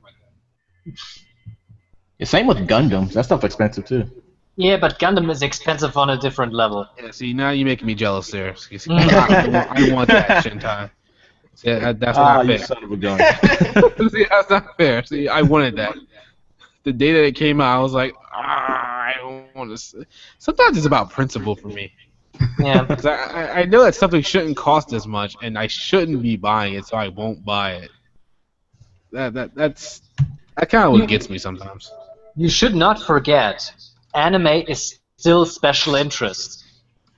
Yeah, it's not mainstream. You can make a lot of money with it from some people, but not all of them. Yeah? It's not like you go around and your neighbor watches anime, generally. Yeah, that's true. So they want something a little bit more expensive, just the way it is. I can get the original Fate Stay Night for free because I live in Germany and they haven't licensed the thing. Oh, that's not fair. It's not. Yeah, but it's not so worth it. Yeah, it's not a very good adaptation. It's okay, but nah, I wouldn't. I wouldn't do that. Alright. Blade Works has its problems as well as an adaptation, but it does a better job than the Dean one. I thought Lemon Berry Wolf was awesome, except for Shiro. Shiro annoyed the shit out of me. See, that's part of the problem, because the way that Shiro is characterized in all of the anime is completely wrong. And Well, the one of the things about it is that you can't really do so much because with a visual novel, there's so much content. yes. They No, gotta I plan all don't that. blame Ufotable for not doing a perfect adaptation, because that is hard as shit to do, because the visual novels got so much shit in it that they did the best with they did the best that they could, and all things considered, it came out pretty good. Okay. But I thought Unlimited Blade Works was pretty good. Yeah. But like you It said, wasn't like, better you don't than like Fate Shiro. Zero, but Like, you don't like Shiro, and I don't blame you, because Shiro is a very difficult character to portray properly, because he is actually a deconstruction of the shonen protagonist. You probably don't realize that watching the show, because they didn't get that across, but the message that the author is trying to get across with Shiro is, if you take the values and the mindset of your typical I just want to save everyone type of mentality, the only way they would have a realistic application in like society is to put them in a mental ward. Like, they're fucking crazy. And Oh that's yeah, that's okay. the genius of his character, but that doesn't really come across in the anime. Yeah, that is true because saving everybody in real life will be ridiculously tough. Well, Yeah, that's what he figured out, and I that's get why the one the thing whole that uh I could tell they kind of really rushed was the part with Kirei Kotomine, like him. I don't know if I should spoil it, but you know what happened with Okay, him. yeah, I know what you're trying to say from Yeah, Unlimited Blade Works. It wasn't that yeah. that was rushed. The problem with that's how it happened in the visual novel for that route. Okay. And the way it works in the visual novel is the final route, the Heaven's Feel route, that's where they develop his character. But that's a completely different timeline of events. And we will Mm. get this in 4 years, most likely, because if they do it like they did it before, we will get the movie this year, and in 4 years we can see how it all goes Yeah.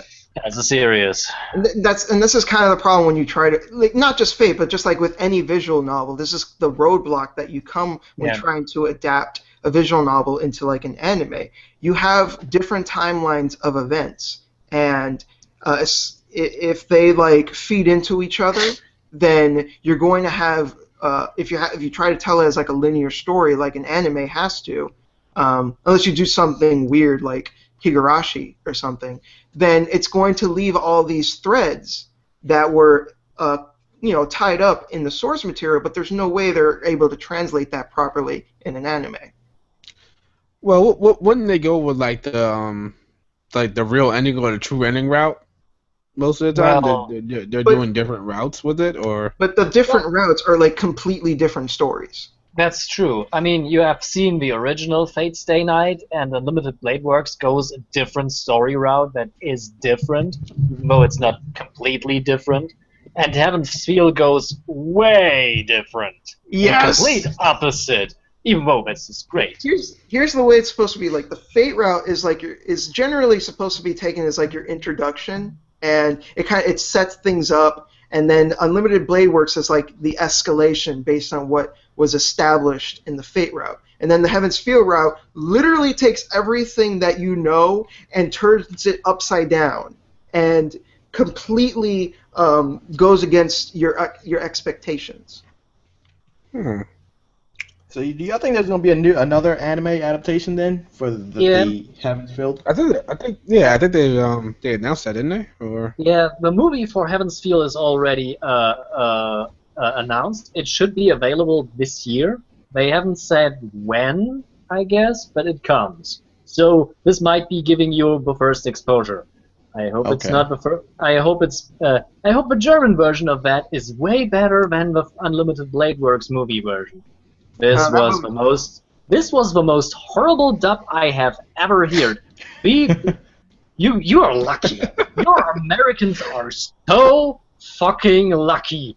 I get annoyed when people complain about dubs because like, oh, this dub sucks. It's like, have you heard dubs back from like the 80s and the early 90s? Those dubs are fucking terrible. Yeah, but this was even for German standards very fucking idiotic and stupid to the point where I couldn't stand it. It was just, oh god, this was so out of place and nobody actually bothered to change the script for that. It was just, oh god. Just, I'm not against dubs. I love dubs, but this, oh god. Oh god. yeah, people's hatred for dubs sometimes eludes me. Sometimes, I mean, I understand that the original Japanese conveys a lot of feelings, but I think the dubs do nowadays they do just as good of a job. Nowadays, For the for most for, part, yeah. for the Yeah. longest time, it really didn't. Like, has anyone seen Monster? I did watch Monster. I think when it came on, was it on TV? It was on Toonami, I think, at one point. I don't know if it was on Toonami, Wait, but where did I watch it? I forgot. But The I dub- actually didn't watch the end. No, I heard about that one. I haven't watched it yet though. the dub for that show is fucking great. They got Richard Epgar for Detective Lunge, and he was Bateau in Ghost in the Shell. He does a fucking amazing job as this detective. Holy shit, really good. And they got Liam O'Brien for Tenma, the main character, who also does like a really great job. Like the dub is really fucking good. But then there are people that would say, "Oh, the dub is terrible." No matter what, just go to the original Japanese. Here's a German fun fact about Ghost in the Shell that you might not know. In the German version, they advertised the movie with the voices of Stargate SG-1. And they have did? done this. Yeah, they have done this, and they have done it up until now. So all Ghost in the Shell is also something for the Stargate fans. Wow.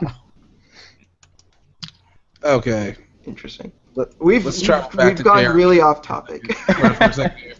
We're going back to JRPGs, people. Sorry for the ones that are watching, and we're talking about visual novels and stuff like that. All right, Let's so be real. A lot of RPG fans are also anime fans. yeah, that's true. Yeah, that's true. That's kind of why I let it go off, because it's kind of hand in hand almost. But I'm sure there are a few people that are like, give me my fucking stats. My skill trees. What are the biggest turnoffs in a JRPG for you guys? I'll start. For me personally, I hate it when I'm playing the game, I get to the end, and then it's the bad ending.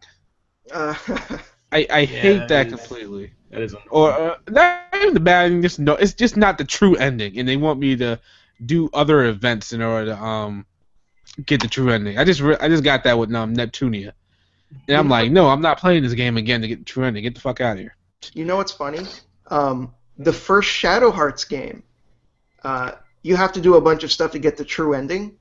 But the thing is, the second game, Covenant, it takes place after the bad ending. No way, really? Yes. Wow, holy shit! Isn't that weird? But Yeah, sometimes this gives you an interesting setting option, so good idea. Wow, that's really. I never heard of that. That's cool. Shit. Yeah, like it's something. I'm not gonna spoil it because Shadow Hearts is good and you should play it. But like something happens, like to the main character, and because of that, he's really bummed out in the second game. As a result, because you got the bad ending. Is it because his girlfriend died? I'm not gonna say anything, bro. I'm fucking. Well, I just got that from the I cover didn't of say the no original spoilers. Shadow Hearts. That's why. Because he was holding his girl. He was holding a girl in his hands or something like that. All I'm saying is some shit went down because you got the bad ending, and in the second game, he's bummed out. That's all I'm saying. No spoilers from me. All right. So, what are some of the other things? Some stuff that you guys don't like about JRPGs? I just like a turnoff for you guys. I kind of hate backtracking in JRPGs. Like that was one of the things that most turned me off about Zestiria. Yeah. There was so much backtracking. You had to go back and forth. Luckily, they can remedy it sometimes with fast travel, but sometimes they kind of disable that feature and make you have to run through a Yeah, stage that was because weird. that's I'm like, why can't I just go fast travel back to this location when I was just here? yeah. I like, Sometimes- all right, okay, so some type of event must happen on the way there or something like that. They Yeah. could. Yeah, backtracking. Interesting, because I think I did mention this on a later episode, because I was playing, when I replayed Tales of the Abyss, I realized how much backtracking you did, and that it was just annoying to do, and I didn't realize that the first time I played it on the PS2, because I was like probably fanboying so much about it. Yeah, To be backtracking. fair, though, they did fast travel in that game as well, though, most of the time when you did backtracking, so it wasn't too bad. But it's, yeah, backtracking in general, unless, like, it's a Metroidvania-style game, is generally kind of annoying. Well, I don't really don't play much Metro or Castlevania, but wouldn't it be annoying to go back to that like another section that's really hard? No, After you no, just that's cleared not it. the case because you come back with better equipment. You're better equipped for the situation at hand. You have new tools. You can break down walls that you may not be able to do before that. So it's not annoying. It's just I can go there. Why I cannot go there? Oh, I go there. It's like the carrot in front of the stick. Like, you see this Yeah. thing, and it looks super cool, and you want it, but the game doesn't let you have it because you don't have a certain thing yet. And then you get the thing, and you come back and get the other thing, and you get a boner. It kind of reminded me. I like the one game that did it not as bad was Devil May Cry 4, where you basically beat the whole game as Nero, then you run back again as Dante.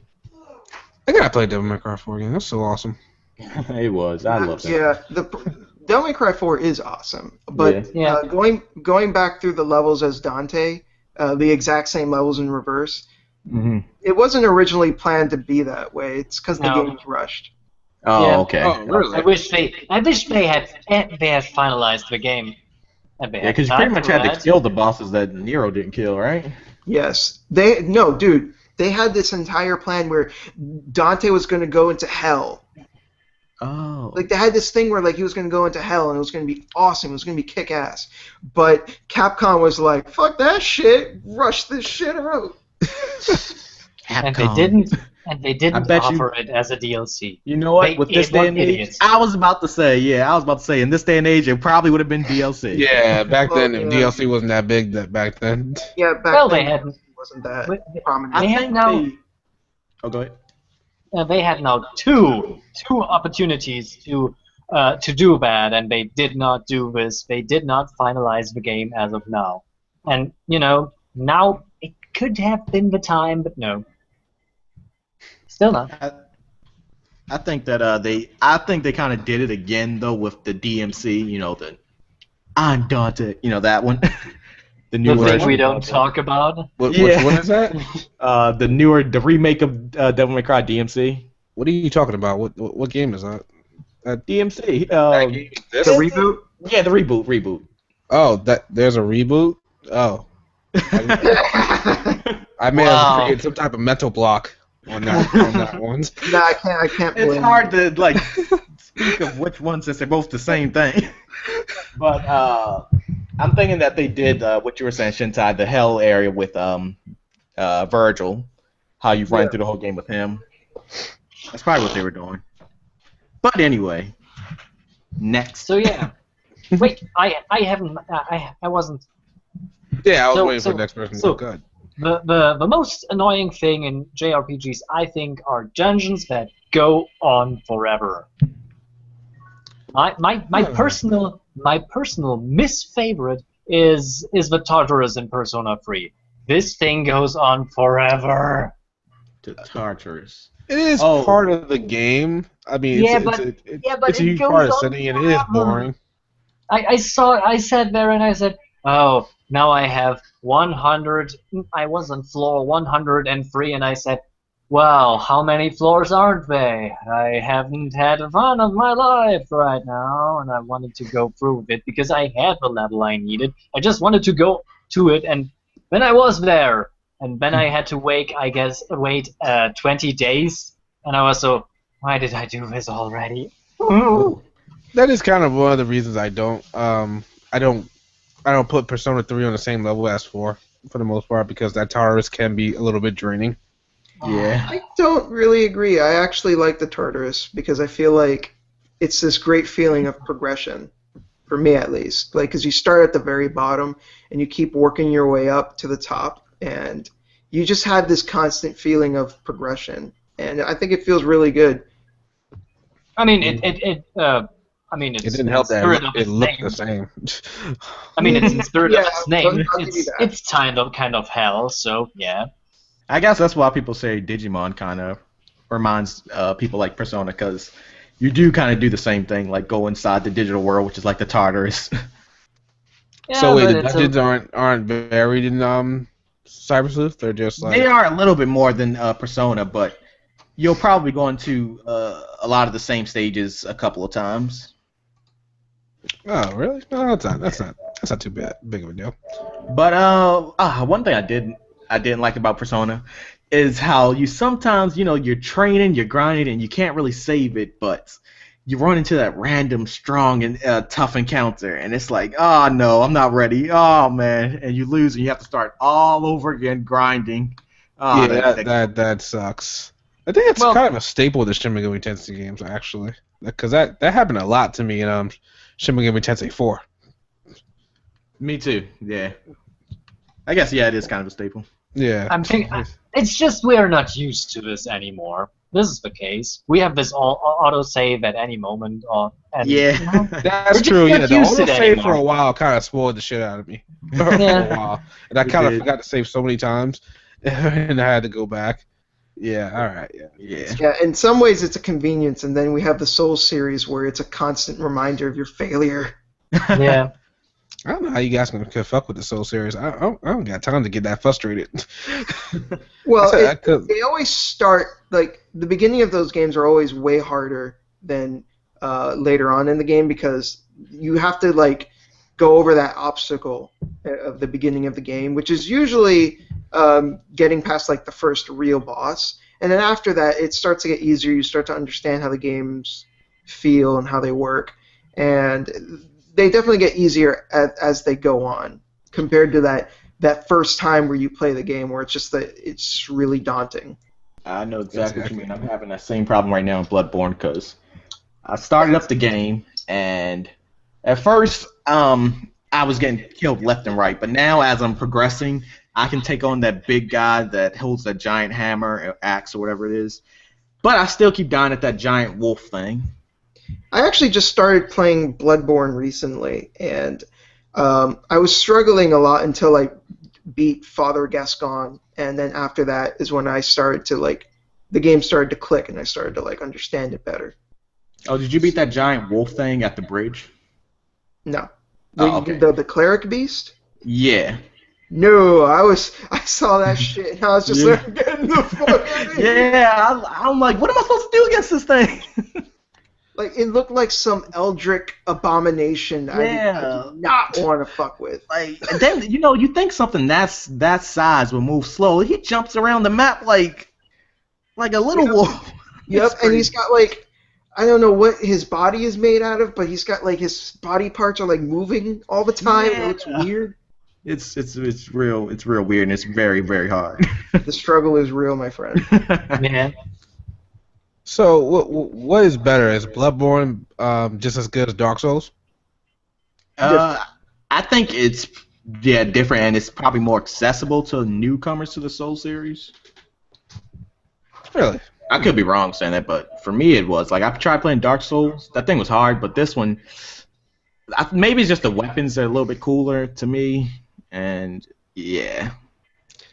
It's hard to say because, like, I have one friend. I actually have two friends who got into Bloodborne. They couldn't get into Dark Souls, but I know some people who are the opposite, where they could get into the Souls games, but not really Bloodborne. So I don't know. I think it's a mileage may vary depending on who you are. I just can't play those types of games. This seems so frustrating. Like when I first tried to play what was it, Ninja Gaiden. I love Ninja Ninja Gaiden. Gaiden's fun, That game. That's the only game that actually got me to break a controller. Oh my god! Sigma series I best. beat the original Ninja Gaiden like 5 times.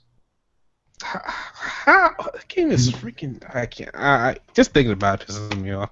Well, you're also talking to someone who beat, like, Devil May Cry on Dante Must Die mode. Oh man. Devil May Cry 3? Yes. I also beat Bayonetta and platinumed it. I also beat Metal Gear Rising on Revengeance mode. Oh, damn, really? Yes. Excuse me, shit. Oh yeah, you're one of them hardcore guys. I don't fuck with hard difficulties really, because I ain't got time for that. Move on. My I think I backlog big can. I could definitely do it, but it would be like a whole lot of trial and error.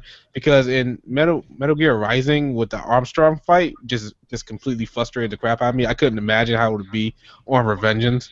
Oh, it pissed me the fuck off. Like, that fight, more than anything, really fucked with me. But when I finally did it, like, you can't even imagine the euphoria. It was like, oh, I fucking did it!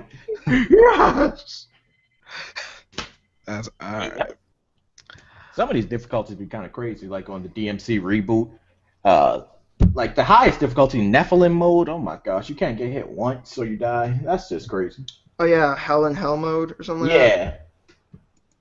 Yeah, fuck that shit. I'm not that hardcore. It's like, you can't get hit once? Get the fuck out of here. Yeah, that's crazy. How you gonna... that's crazy. Some Japanese people do it. Alrighty. Oh wait, I didn't go with the. Yeah, I was just about to say. Just go ahead. This isn't my option, but I'm gonna have to say I'm very shocked no one said random encounters. I like random encounters. I like random encounters. I don't mind I don't have a problem with really. them. Yeah. I mean, my yeah, first Unless My the first- encounter rate is like ridiculously high. Like Digimon Sure. World 3. my yeah, first I- reaction to Digimon Cyber Sleuth was, wow, I want more encounters, and then I found the option to make more encounters, and then I was happy. Oh, Yeah, you but can yeah, do it. that's You not can my check the option. Yeah, you can do Mine that. Oh, I are didn't notice that. Okay. mine are when the game kind of mandates that you have to grind in order to progress. And I don't mean like this boss is really hard and you need to grind in order to beat him. That doesn't bother me as much, but I mean like you have to do like menial tasks that require grinding in order to get like an item or something. And that will allow you to progress. Like dot hack. Like you had to Oh, get God. those fucking virus cores just to Yeah. progress in the game. That's the kind of shit I don't like. Dot hack, hated I that. will say, What their about- level grinding was insane. Like that got so annoying. You had to get like certain types of virus cores, and what's even worse is that when you do that to enemies, you didn't get any experience points. You only got the item. It was so annoying.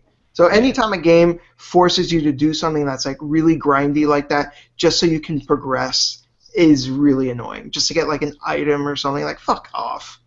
So Wasting my what, time. what about Xenoblade Chronicles X? Because that pretty much hides the progression around. You have to do.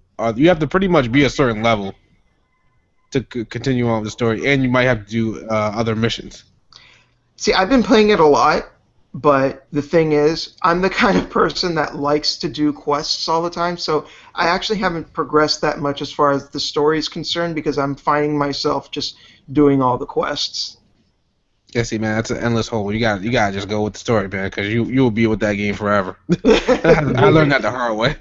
I was like, I spent like 20 hours just doing nothing. I was like, what am I doing? Can I continue with the story now? Even though the story wasn't that great to begin with, but. The story hasn't really been that great, but I'm not bothered because the game is fun. The game is definitely fun. I gotta make the review for that game so badly. Oh, real quick, have you guys Wii U gamepad, like the charger, has it stopped working for you guys at any point? No. No. The fuck is wrong with my goddamn charger? It does not charge. I can't turn on my Wii now. Well, I can turn it on, but I can't control it at all because the gamepad is dead. And I can't buy a new gamepad because they don't sell gamepads separately. I don't think. Well, you can't can buy find them any on charger? eBay. Yeah, probably on eBay. Yeah, I saw them. Actually, buying a Wii U without a gamepad is actually quite cheap. Yeah, but you need a gamepad in order to operate that thing. Well, you need at least a classic controller to control it. You can control it with a classic controller? Yes, you Yeah, can. of course. Yeah, just put the thing on and click. The Wii U. Yeah. Yes. When the main Do screen is press the X button. on the Wii gamepad. Yeah, all you need to do is press the X button, and the menu that's normally on the gamepad will appear on your TV, and you can control it with the regular controller. Huh. Just try it. Yep. Yeah, I should probably get the glass controller, but I'm pretty much done with Xenoblade Chronicles X, so until that Shin Megami Tensei Crossfire Emblem comes out, I'm not gonna fuck with the Wii. I don't know how I'll probably still get it, but I don't know about that game. Yeah, I'll get it too. I'm probably not gonna think of it as a Fire Emblem or Shin Megami Tensei related game at all. Yeah, they just think about it as a standalone. Yeah. Think I about heard it good things about it. think about it as a idle fighting game, and then you're good. Oh god, Yep. see, I don't care. I don't fuck with idle games. I cannot stand those rhythm games that are just annoying as hell. Some Maybe rhythm because games I are pretty don't- fun. I don't have good hand-eye coordination, probably. That's probably why, but I don't mess with those. Because I tried to play DJ Max on PSP, and I was terrible at it. The Hatsune Miku game's pretty fun. Yeah, I did actually play a demo for that to Miko. And it was actually pretty good. And the Theater Rhythm Final Fantasy, that's pretty cool. I see that. No, that's something I don't mess with that. Something I can't mess with. But yeah, it definitely is a genre that's it's a hit or miss thing. You either like it or you don't. Mm. Alrighty. So I think that's everybody for the biggest, worst things in that JRPG for the most part. Yeah. All the topics I got for the JRPGs. We can go. Well, we've been going off topic for a while. Let's go a little bit. Let's talk about Mighty Number 9 for a second here. Did anybody back that game? Nope. No. Good. Because that's exactly my point. I wanted to back that game so badly, but then I was like, well, what if it doesn't come out? Well, what if something happens? And what do you know? Something's happening with it. If I backed that game full price, I would have been so mad. Well, $20 isn't that much, but I don't like Kickstarter anymore. Yeah, they're risky business. Yeah, I heard so many stories about the developers. They do other stuff with the money. Some of them they just give it back, or they spend it on like partying and shit. Wow. And, it's kind of crazy too because like a week before Mighty Number 9 released, back before it got delayed, they had a sale going on for PC. Get it like 20% off. So I got it for $15, and a couple days later, it's been delayed. I'm like, wow. After I just paid for, come on. It was like a week away from release, and now it's just moved to the spring of 2016. It's like, so how big was the problem? Like, yeah, like the thing that kills me. The game is not even that technical to be getting delayed, like an online problem. Come on now. Why does this thing even have co-op? Oh, it has co-op. Yeah, that's what they said. They delayed it because they had some technical difficulties with the multiplayer. Yeah, because we want to have co-op in our Mega Man game. This isn't Super Mario World. I wouldn't mind that actually to see it in my Mega Man games. What, co-op? Yeah. Oh. Probably be easy to get through the level because some of the bosses are freaking ridiculously. Well, that's the original Mega. Well, Mega Man X is pretty hard. Well, the problem with Mighty Number 9 is that you have to actually, to progress, you have to kind of adapt with these consumption of enemy data or something like that. It is. So this might be actually pissing you off if the other player just gets your kills and steals you with things. So. Don't know. Actually, not bad as long as you guys clear the level. Because it's co-op, it's not like it's a competitive thing. Yeah. I understand people getting upset about the delay because it was a week away from release, and then they just suddenly decide, oh no, we're gonna delay it indefinitely. Again, it's like just spring 2016. There's no precise release date. It just doesn't make any sense because the game has to be pretty much done. That big networking problem had to be known for a while. They waited until like the very last minute to say, "Oh no, we're not going to do it." Yeah, that's crazy. Well, I mean, I had a good experience with early access and Kickstarter. Really? What game? Darkest Dungeon. Darkest Dungeon. Never heard about that one. Is that RPG? Yeah, it is an RPG. It's a very different game because it uses a fighting system that is akin to a JRPG more or less, but it is very dark, simplistic, and it's brutal. It's very brutal, and you will lose a lot of heroes in your quest. Yeah, this game looks depressing as hell. Yeah, but it's fun. It's fucking fun. I love it. I have put in how many times have I put into this game already? I don't know. Wait, my Steam is loading. I have put in nearly 50 hours into the game, and it's really that good. I have killed now more than 100 heroes. So the objective is to kill heroes? No. This happens. You recruit heroes for your quest, but they can die, and they will easily die if you do not protect them. You have to take care of their HP, but you also have to take care of their stress. If it gets too high, you get a heart attack, and they will be easy picking.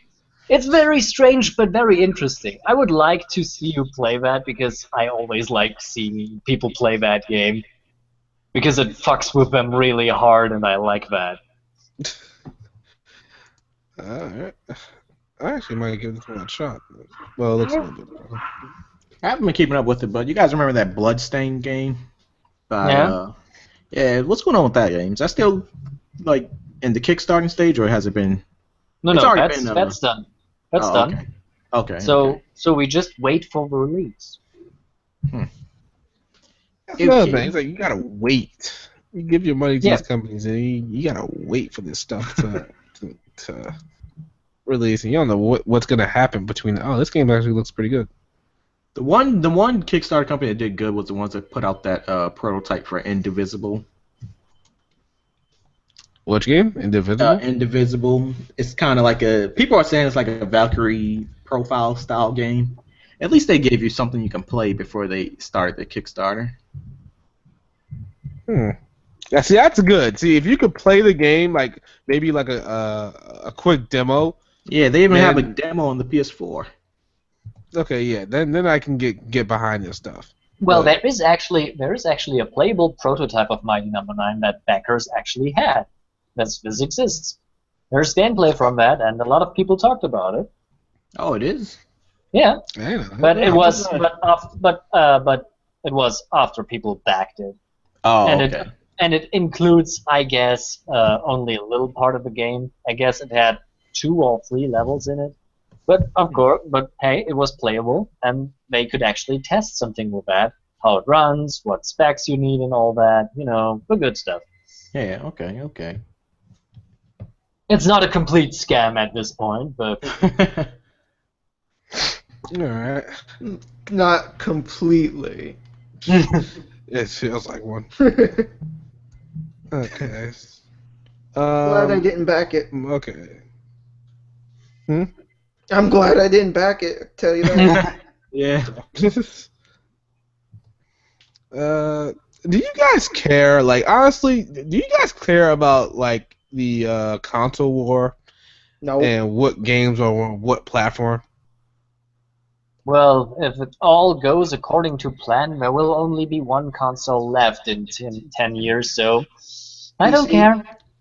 I'm not sure if it's a PC, but I think there will always be a console, but I'm pretty sure we're pretty much done with exclusives and the console wars. Yeah, I don't get how people can get upset about a game going to another platform. I don't understand it anymore. I used to be like hardcore, like I used to defend the PS4 like crazy, or PS3 rather, like crazy. But now it's just like I don't care anymore. Why do people care? Like this game Quantum Break, it went to the PC, and people were up in arms like just mad at like the Xbox spokesperson or something like that for putting the game on PC, and I'm just like, why do you guys care? Aren't you guys still gonna play the game? There are actually people that said, oh, nah, they're not gonna buy it. They cancel their pre-order or something like that because those it's are on idiots. another platform. I'm like, why? Because I mean, okay, love to bitch.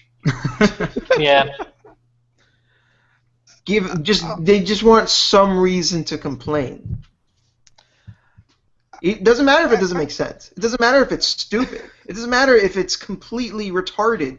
They want to bitch, and they want to bitch right now. because I do remember getting a little bit upset when I learned that Final Fantasy 13 was also going to be on the Xbox as well. But now it's just like it's such a thing of the past, and like just play the games that you want to play. Why should it matter where the games are? well, I never. I mean, I was like, I'd grown past that. People I made mean- a huge stink about Bayonetta 2 being on the Wii Yeah. U. Okay, I was sad about that. I kind of was, but then I was like, I'm gonna get the Wii U eventually. I'll play. It's not a big deal. Let the Wii people, the Nintendo people play it as well. Mm-hmm. Not a big deal. I do this as I always do this. I buy this thing when the cycle is over and play it then. Like, there's certain times where I can kind of see why people can complain. Like with Final Fantasy, I think people are complaining is that it may get a graphical downgrade. It won't be living up to the specs of a PS3. But Yeah. and with Bayonetta, only problem I have with it is just the way Nintendo is, with their sales. Like the game's expensive right now. That's my only problem. But Well, Bayonetta 2 wouldn't have happened without Nintendo, so. yeah. So at the same time, that's good. It's like a. It is what it is at this point. But The only game right now I'm feeling genuinely pissed off about is Scalebound being on Xbox One because I do not want to buy an Xbox One just for one same game. here. Yeah, don't buy an Xbox One. I don't want to get an Xbox One, and I really want Scalebound because I love Hideki Kamiya so much. He's made some of my most favorite games of all time, like Okami and the first Devil May Cry and Bayonetta. But god damn it, I don't want to buy an Xbox One just for fucking Scalebound. There's nothing else on that console I want. Well, then do it then. I mean, if nobody actually buys the console and nobody actually buys the game, they see it as a failure and they might port it over to a different system to make more sales out of it. So just wait for it up until it is a failure. I'm hoping. I am really hoping that happens. And I feel shitty saying that at the same time because I don't want to see Platinum Games fail because Platinum Games is the fucking shit, man. Yeah, but this is the thing. This is the thing. Some people only learn from their failures. So let them fail and see how it goes. I mean, they can stomach a failure. Failure? You never know with the way Xbox is. They may get ported to PC or PS4. A lot of games are doing it now, so. Oh, yeah, that's true, yeah. Yeah, I'll probably get ported to PC first. Yeah. Before it goes anywhere else. And then the don't forget Xbox fans will get so mad. Well, you know what? At least we're getting near Automata for PS4. See, it always comes out to near with you. It always comes back to Nier. It eventually comes back to near with this guy. They got Blandrews on here. Alright. Hey, if he's not here, I gotta be the one to sing the gospel of Nier. Yeah. You gotta offset it somehow. My brothers and sisters, you have not been touched by the lights until you have played Nier. Oh god. Oh, you know what? He actually gave me a pretty good link to buy Nier on, and I didn't click the buy button. I had all my information. I had all my information on the website, on the Square Enix website, and I didn't push the buy button. I wonder if it's still in the cart. Let's see, NA store. I'll figure it out. You're a lost cause, man. Yeah. Pretty awesome. I had a coupon for $10 off. Oh, could somebody remind Blandrew that he has still to make a specific video about the best openings he said he would do, and everyone go bother him right fucking now. Yeah. Spam his Twitter. Yeah, spam his Twitter completely. It's like, you piece of shit. I mean, he asked for our opinions and our pickings, and you just nah. I ain't gonna lie, it's kind of hard to make videos. I think it's kind of a pain to make videos almost sometimes, especially reviews. Reviews are they're like the bane of my channel. I know I'm supposed to be making reviews for. Zesteria I can't make a review for right now. Yeah, Xenoblade. I'm supposed to be making a review for that. And that's going to be tough for me to do. I feel like analysis videos are the hardest. I just finished making one that was close to 26 minutes long on my anime channel, and that was only part one. Oh man! Because there was so much stuff to go over, and I'm just like, fuck. It's I don't know how people make those kind of videos where they have all the moving pictures and stuff like that. I was like, how long does it take you to edit all that? Holy shit! All that bullshit. Yeah, it's all that. I want to do that too, but that's gonna take way too long. That's a day and a half. That's that would have to be my my income right there. Yeah, If I had to make exactly. something like that. But See, that's we don't make much money off this. Definitely not enough to live off of it. Definitely well, not. that's the reason I have a college student who does that for me. You just have to have your slaves, you know. Oh, damn. That's Oh God, I say slaves. Now I'm Yeah, you dead. said slave. It's Black History Month, dude. Okay. Oh Ah, God. must. Wait. Oh, wow. Wait. We in Europe had also white slaves, so Oh, come on. yes. Can Yes. we move the direction of this conversation somewhere else, please? So, what do you guys think about Disgaea 1 getting There a we go. collector's edition on the PC? Oh. There we go. It's weird having an actual like disc-based release for a PC game. I Well, know. I'm guessing there is no disc. It's just a code, but okay. Oh, okay, that's Yeah, I good. think it is just going to be a code, but hey, the thing is cheap. It's only $29.99 for the collector's edition. So, Oh, that's pretty. Oh, that's definitely pretty. Sure. plus, I don't think Disgaea 1 ever really got a collector's edition in the No. US No. at least. So this is actually a good idea to do. Yes, it is. I actually do want to play the first Disgaea, but I don't think I'm gonna finish it at all. It would just be something I play for a little bit. But Yeah. then again, if I've already played the game and I beat it once on, I guess, on another platform, I don't really care. Yeah, But- the thing about this guy, Fair like, enough. you got to be ready to put that time in. Yeah, you definitely have to. Disgaea 5, I think I got over 100 hours in Disgaea 5. I think this guy was 5 was the best this guy we've had in a while. Yeah, I think. well, 4 Yeah. wasn't that bad. I thought all of Disgaea games are good. better than 4. Yeah, it was better than 4. It was definitely better than 4. I think Disgaea 2 is underrated. Oh yeah, this guy Yeah. 2 is the best though. It definitely, It's the yeah. best out of all. I think people say that Disgaea 2 is like the worst one. If they had to rank it, Disgaea 2 would be at the bottom. I That's don't agree with crazy. that at all. I don't agree with that at Crazy all. talk. I definitely like 2 more than 3. Yeah, me too. I liked 3, but I like 2 I a like lot. 3. Yeah, If I had to rank them, I'd probably put them in 2, 5, 1, 3, and D2. Really? Yeah, I like D2 a lot. I didn't really like the voice acting in D2. It sounded I weird. blame for that. The- Well, they got back the original voice actors, didn't they? Or from I one? think they did, but it was kind of weird. I really like D2, honestly. I put it as like one of the higher ones for me. I think I would go Disgaea 2, definitely for me. 1, this stuff. 3, yeah, actually 3. 5, 4, and then D2. Honestly, these guys. I actually don't have a. I can't rank this series because they're all good. Yeah, they're honestly. all good. Yeah. D2 just didn't feel like I just didn't get as excited as I usually do for Disgaea games like I did with D2. I don't know why. I don't know why either, because I love that game. It's.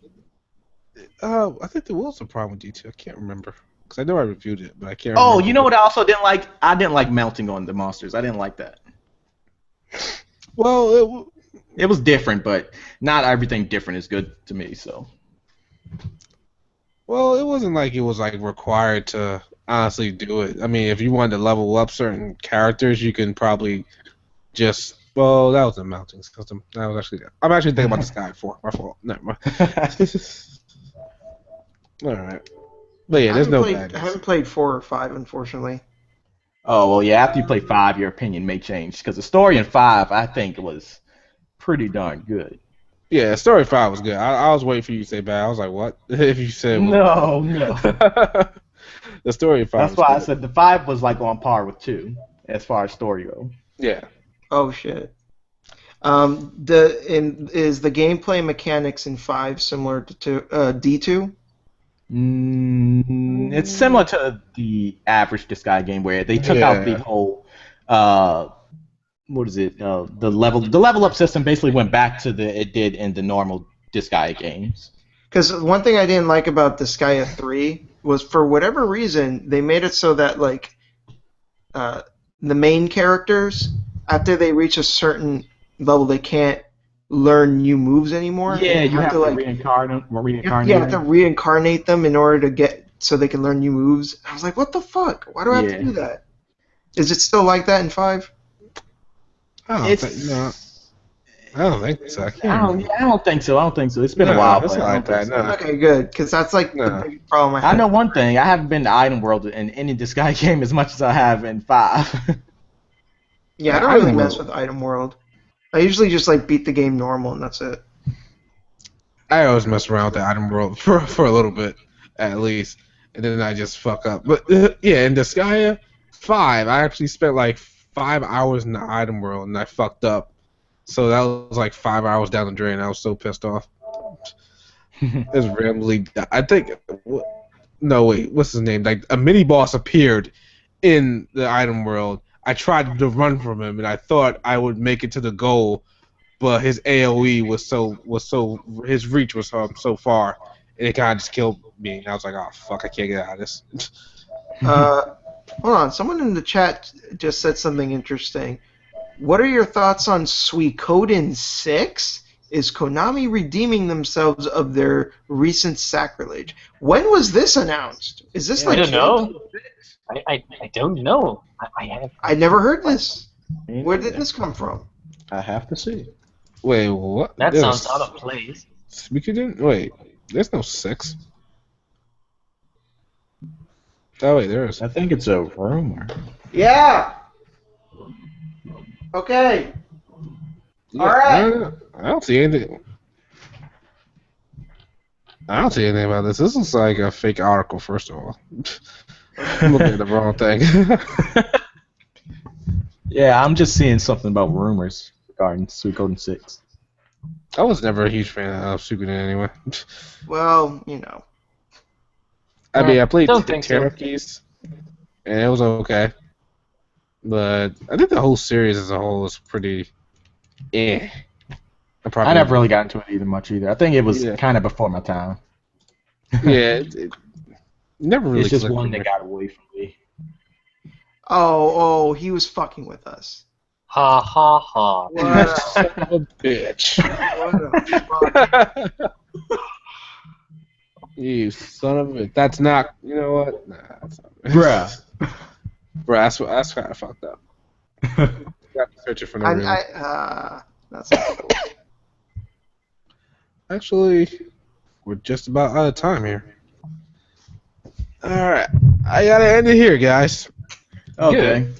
Alrighty. So, it's been HPMP episode 7. We can go... Well, we didn't even do the intros yet. Oh yeah, So, we didn't.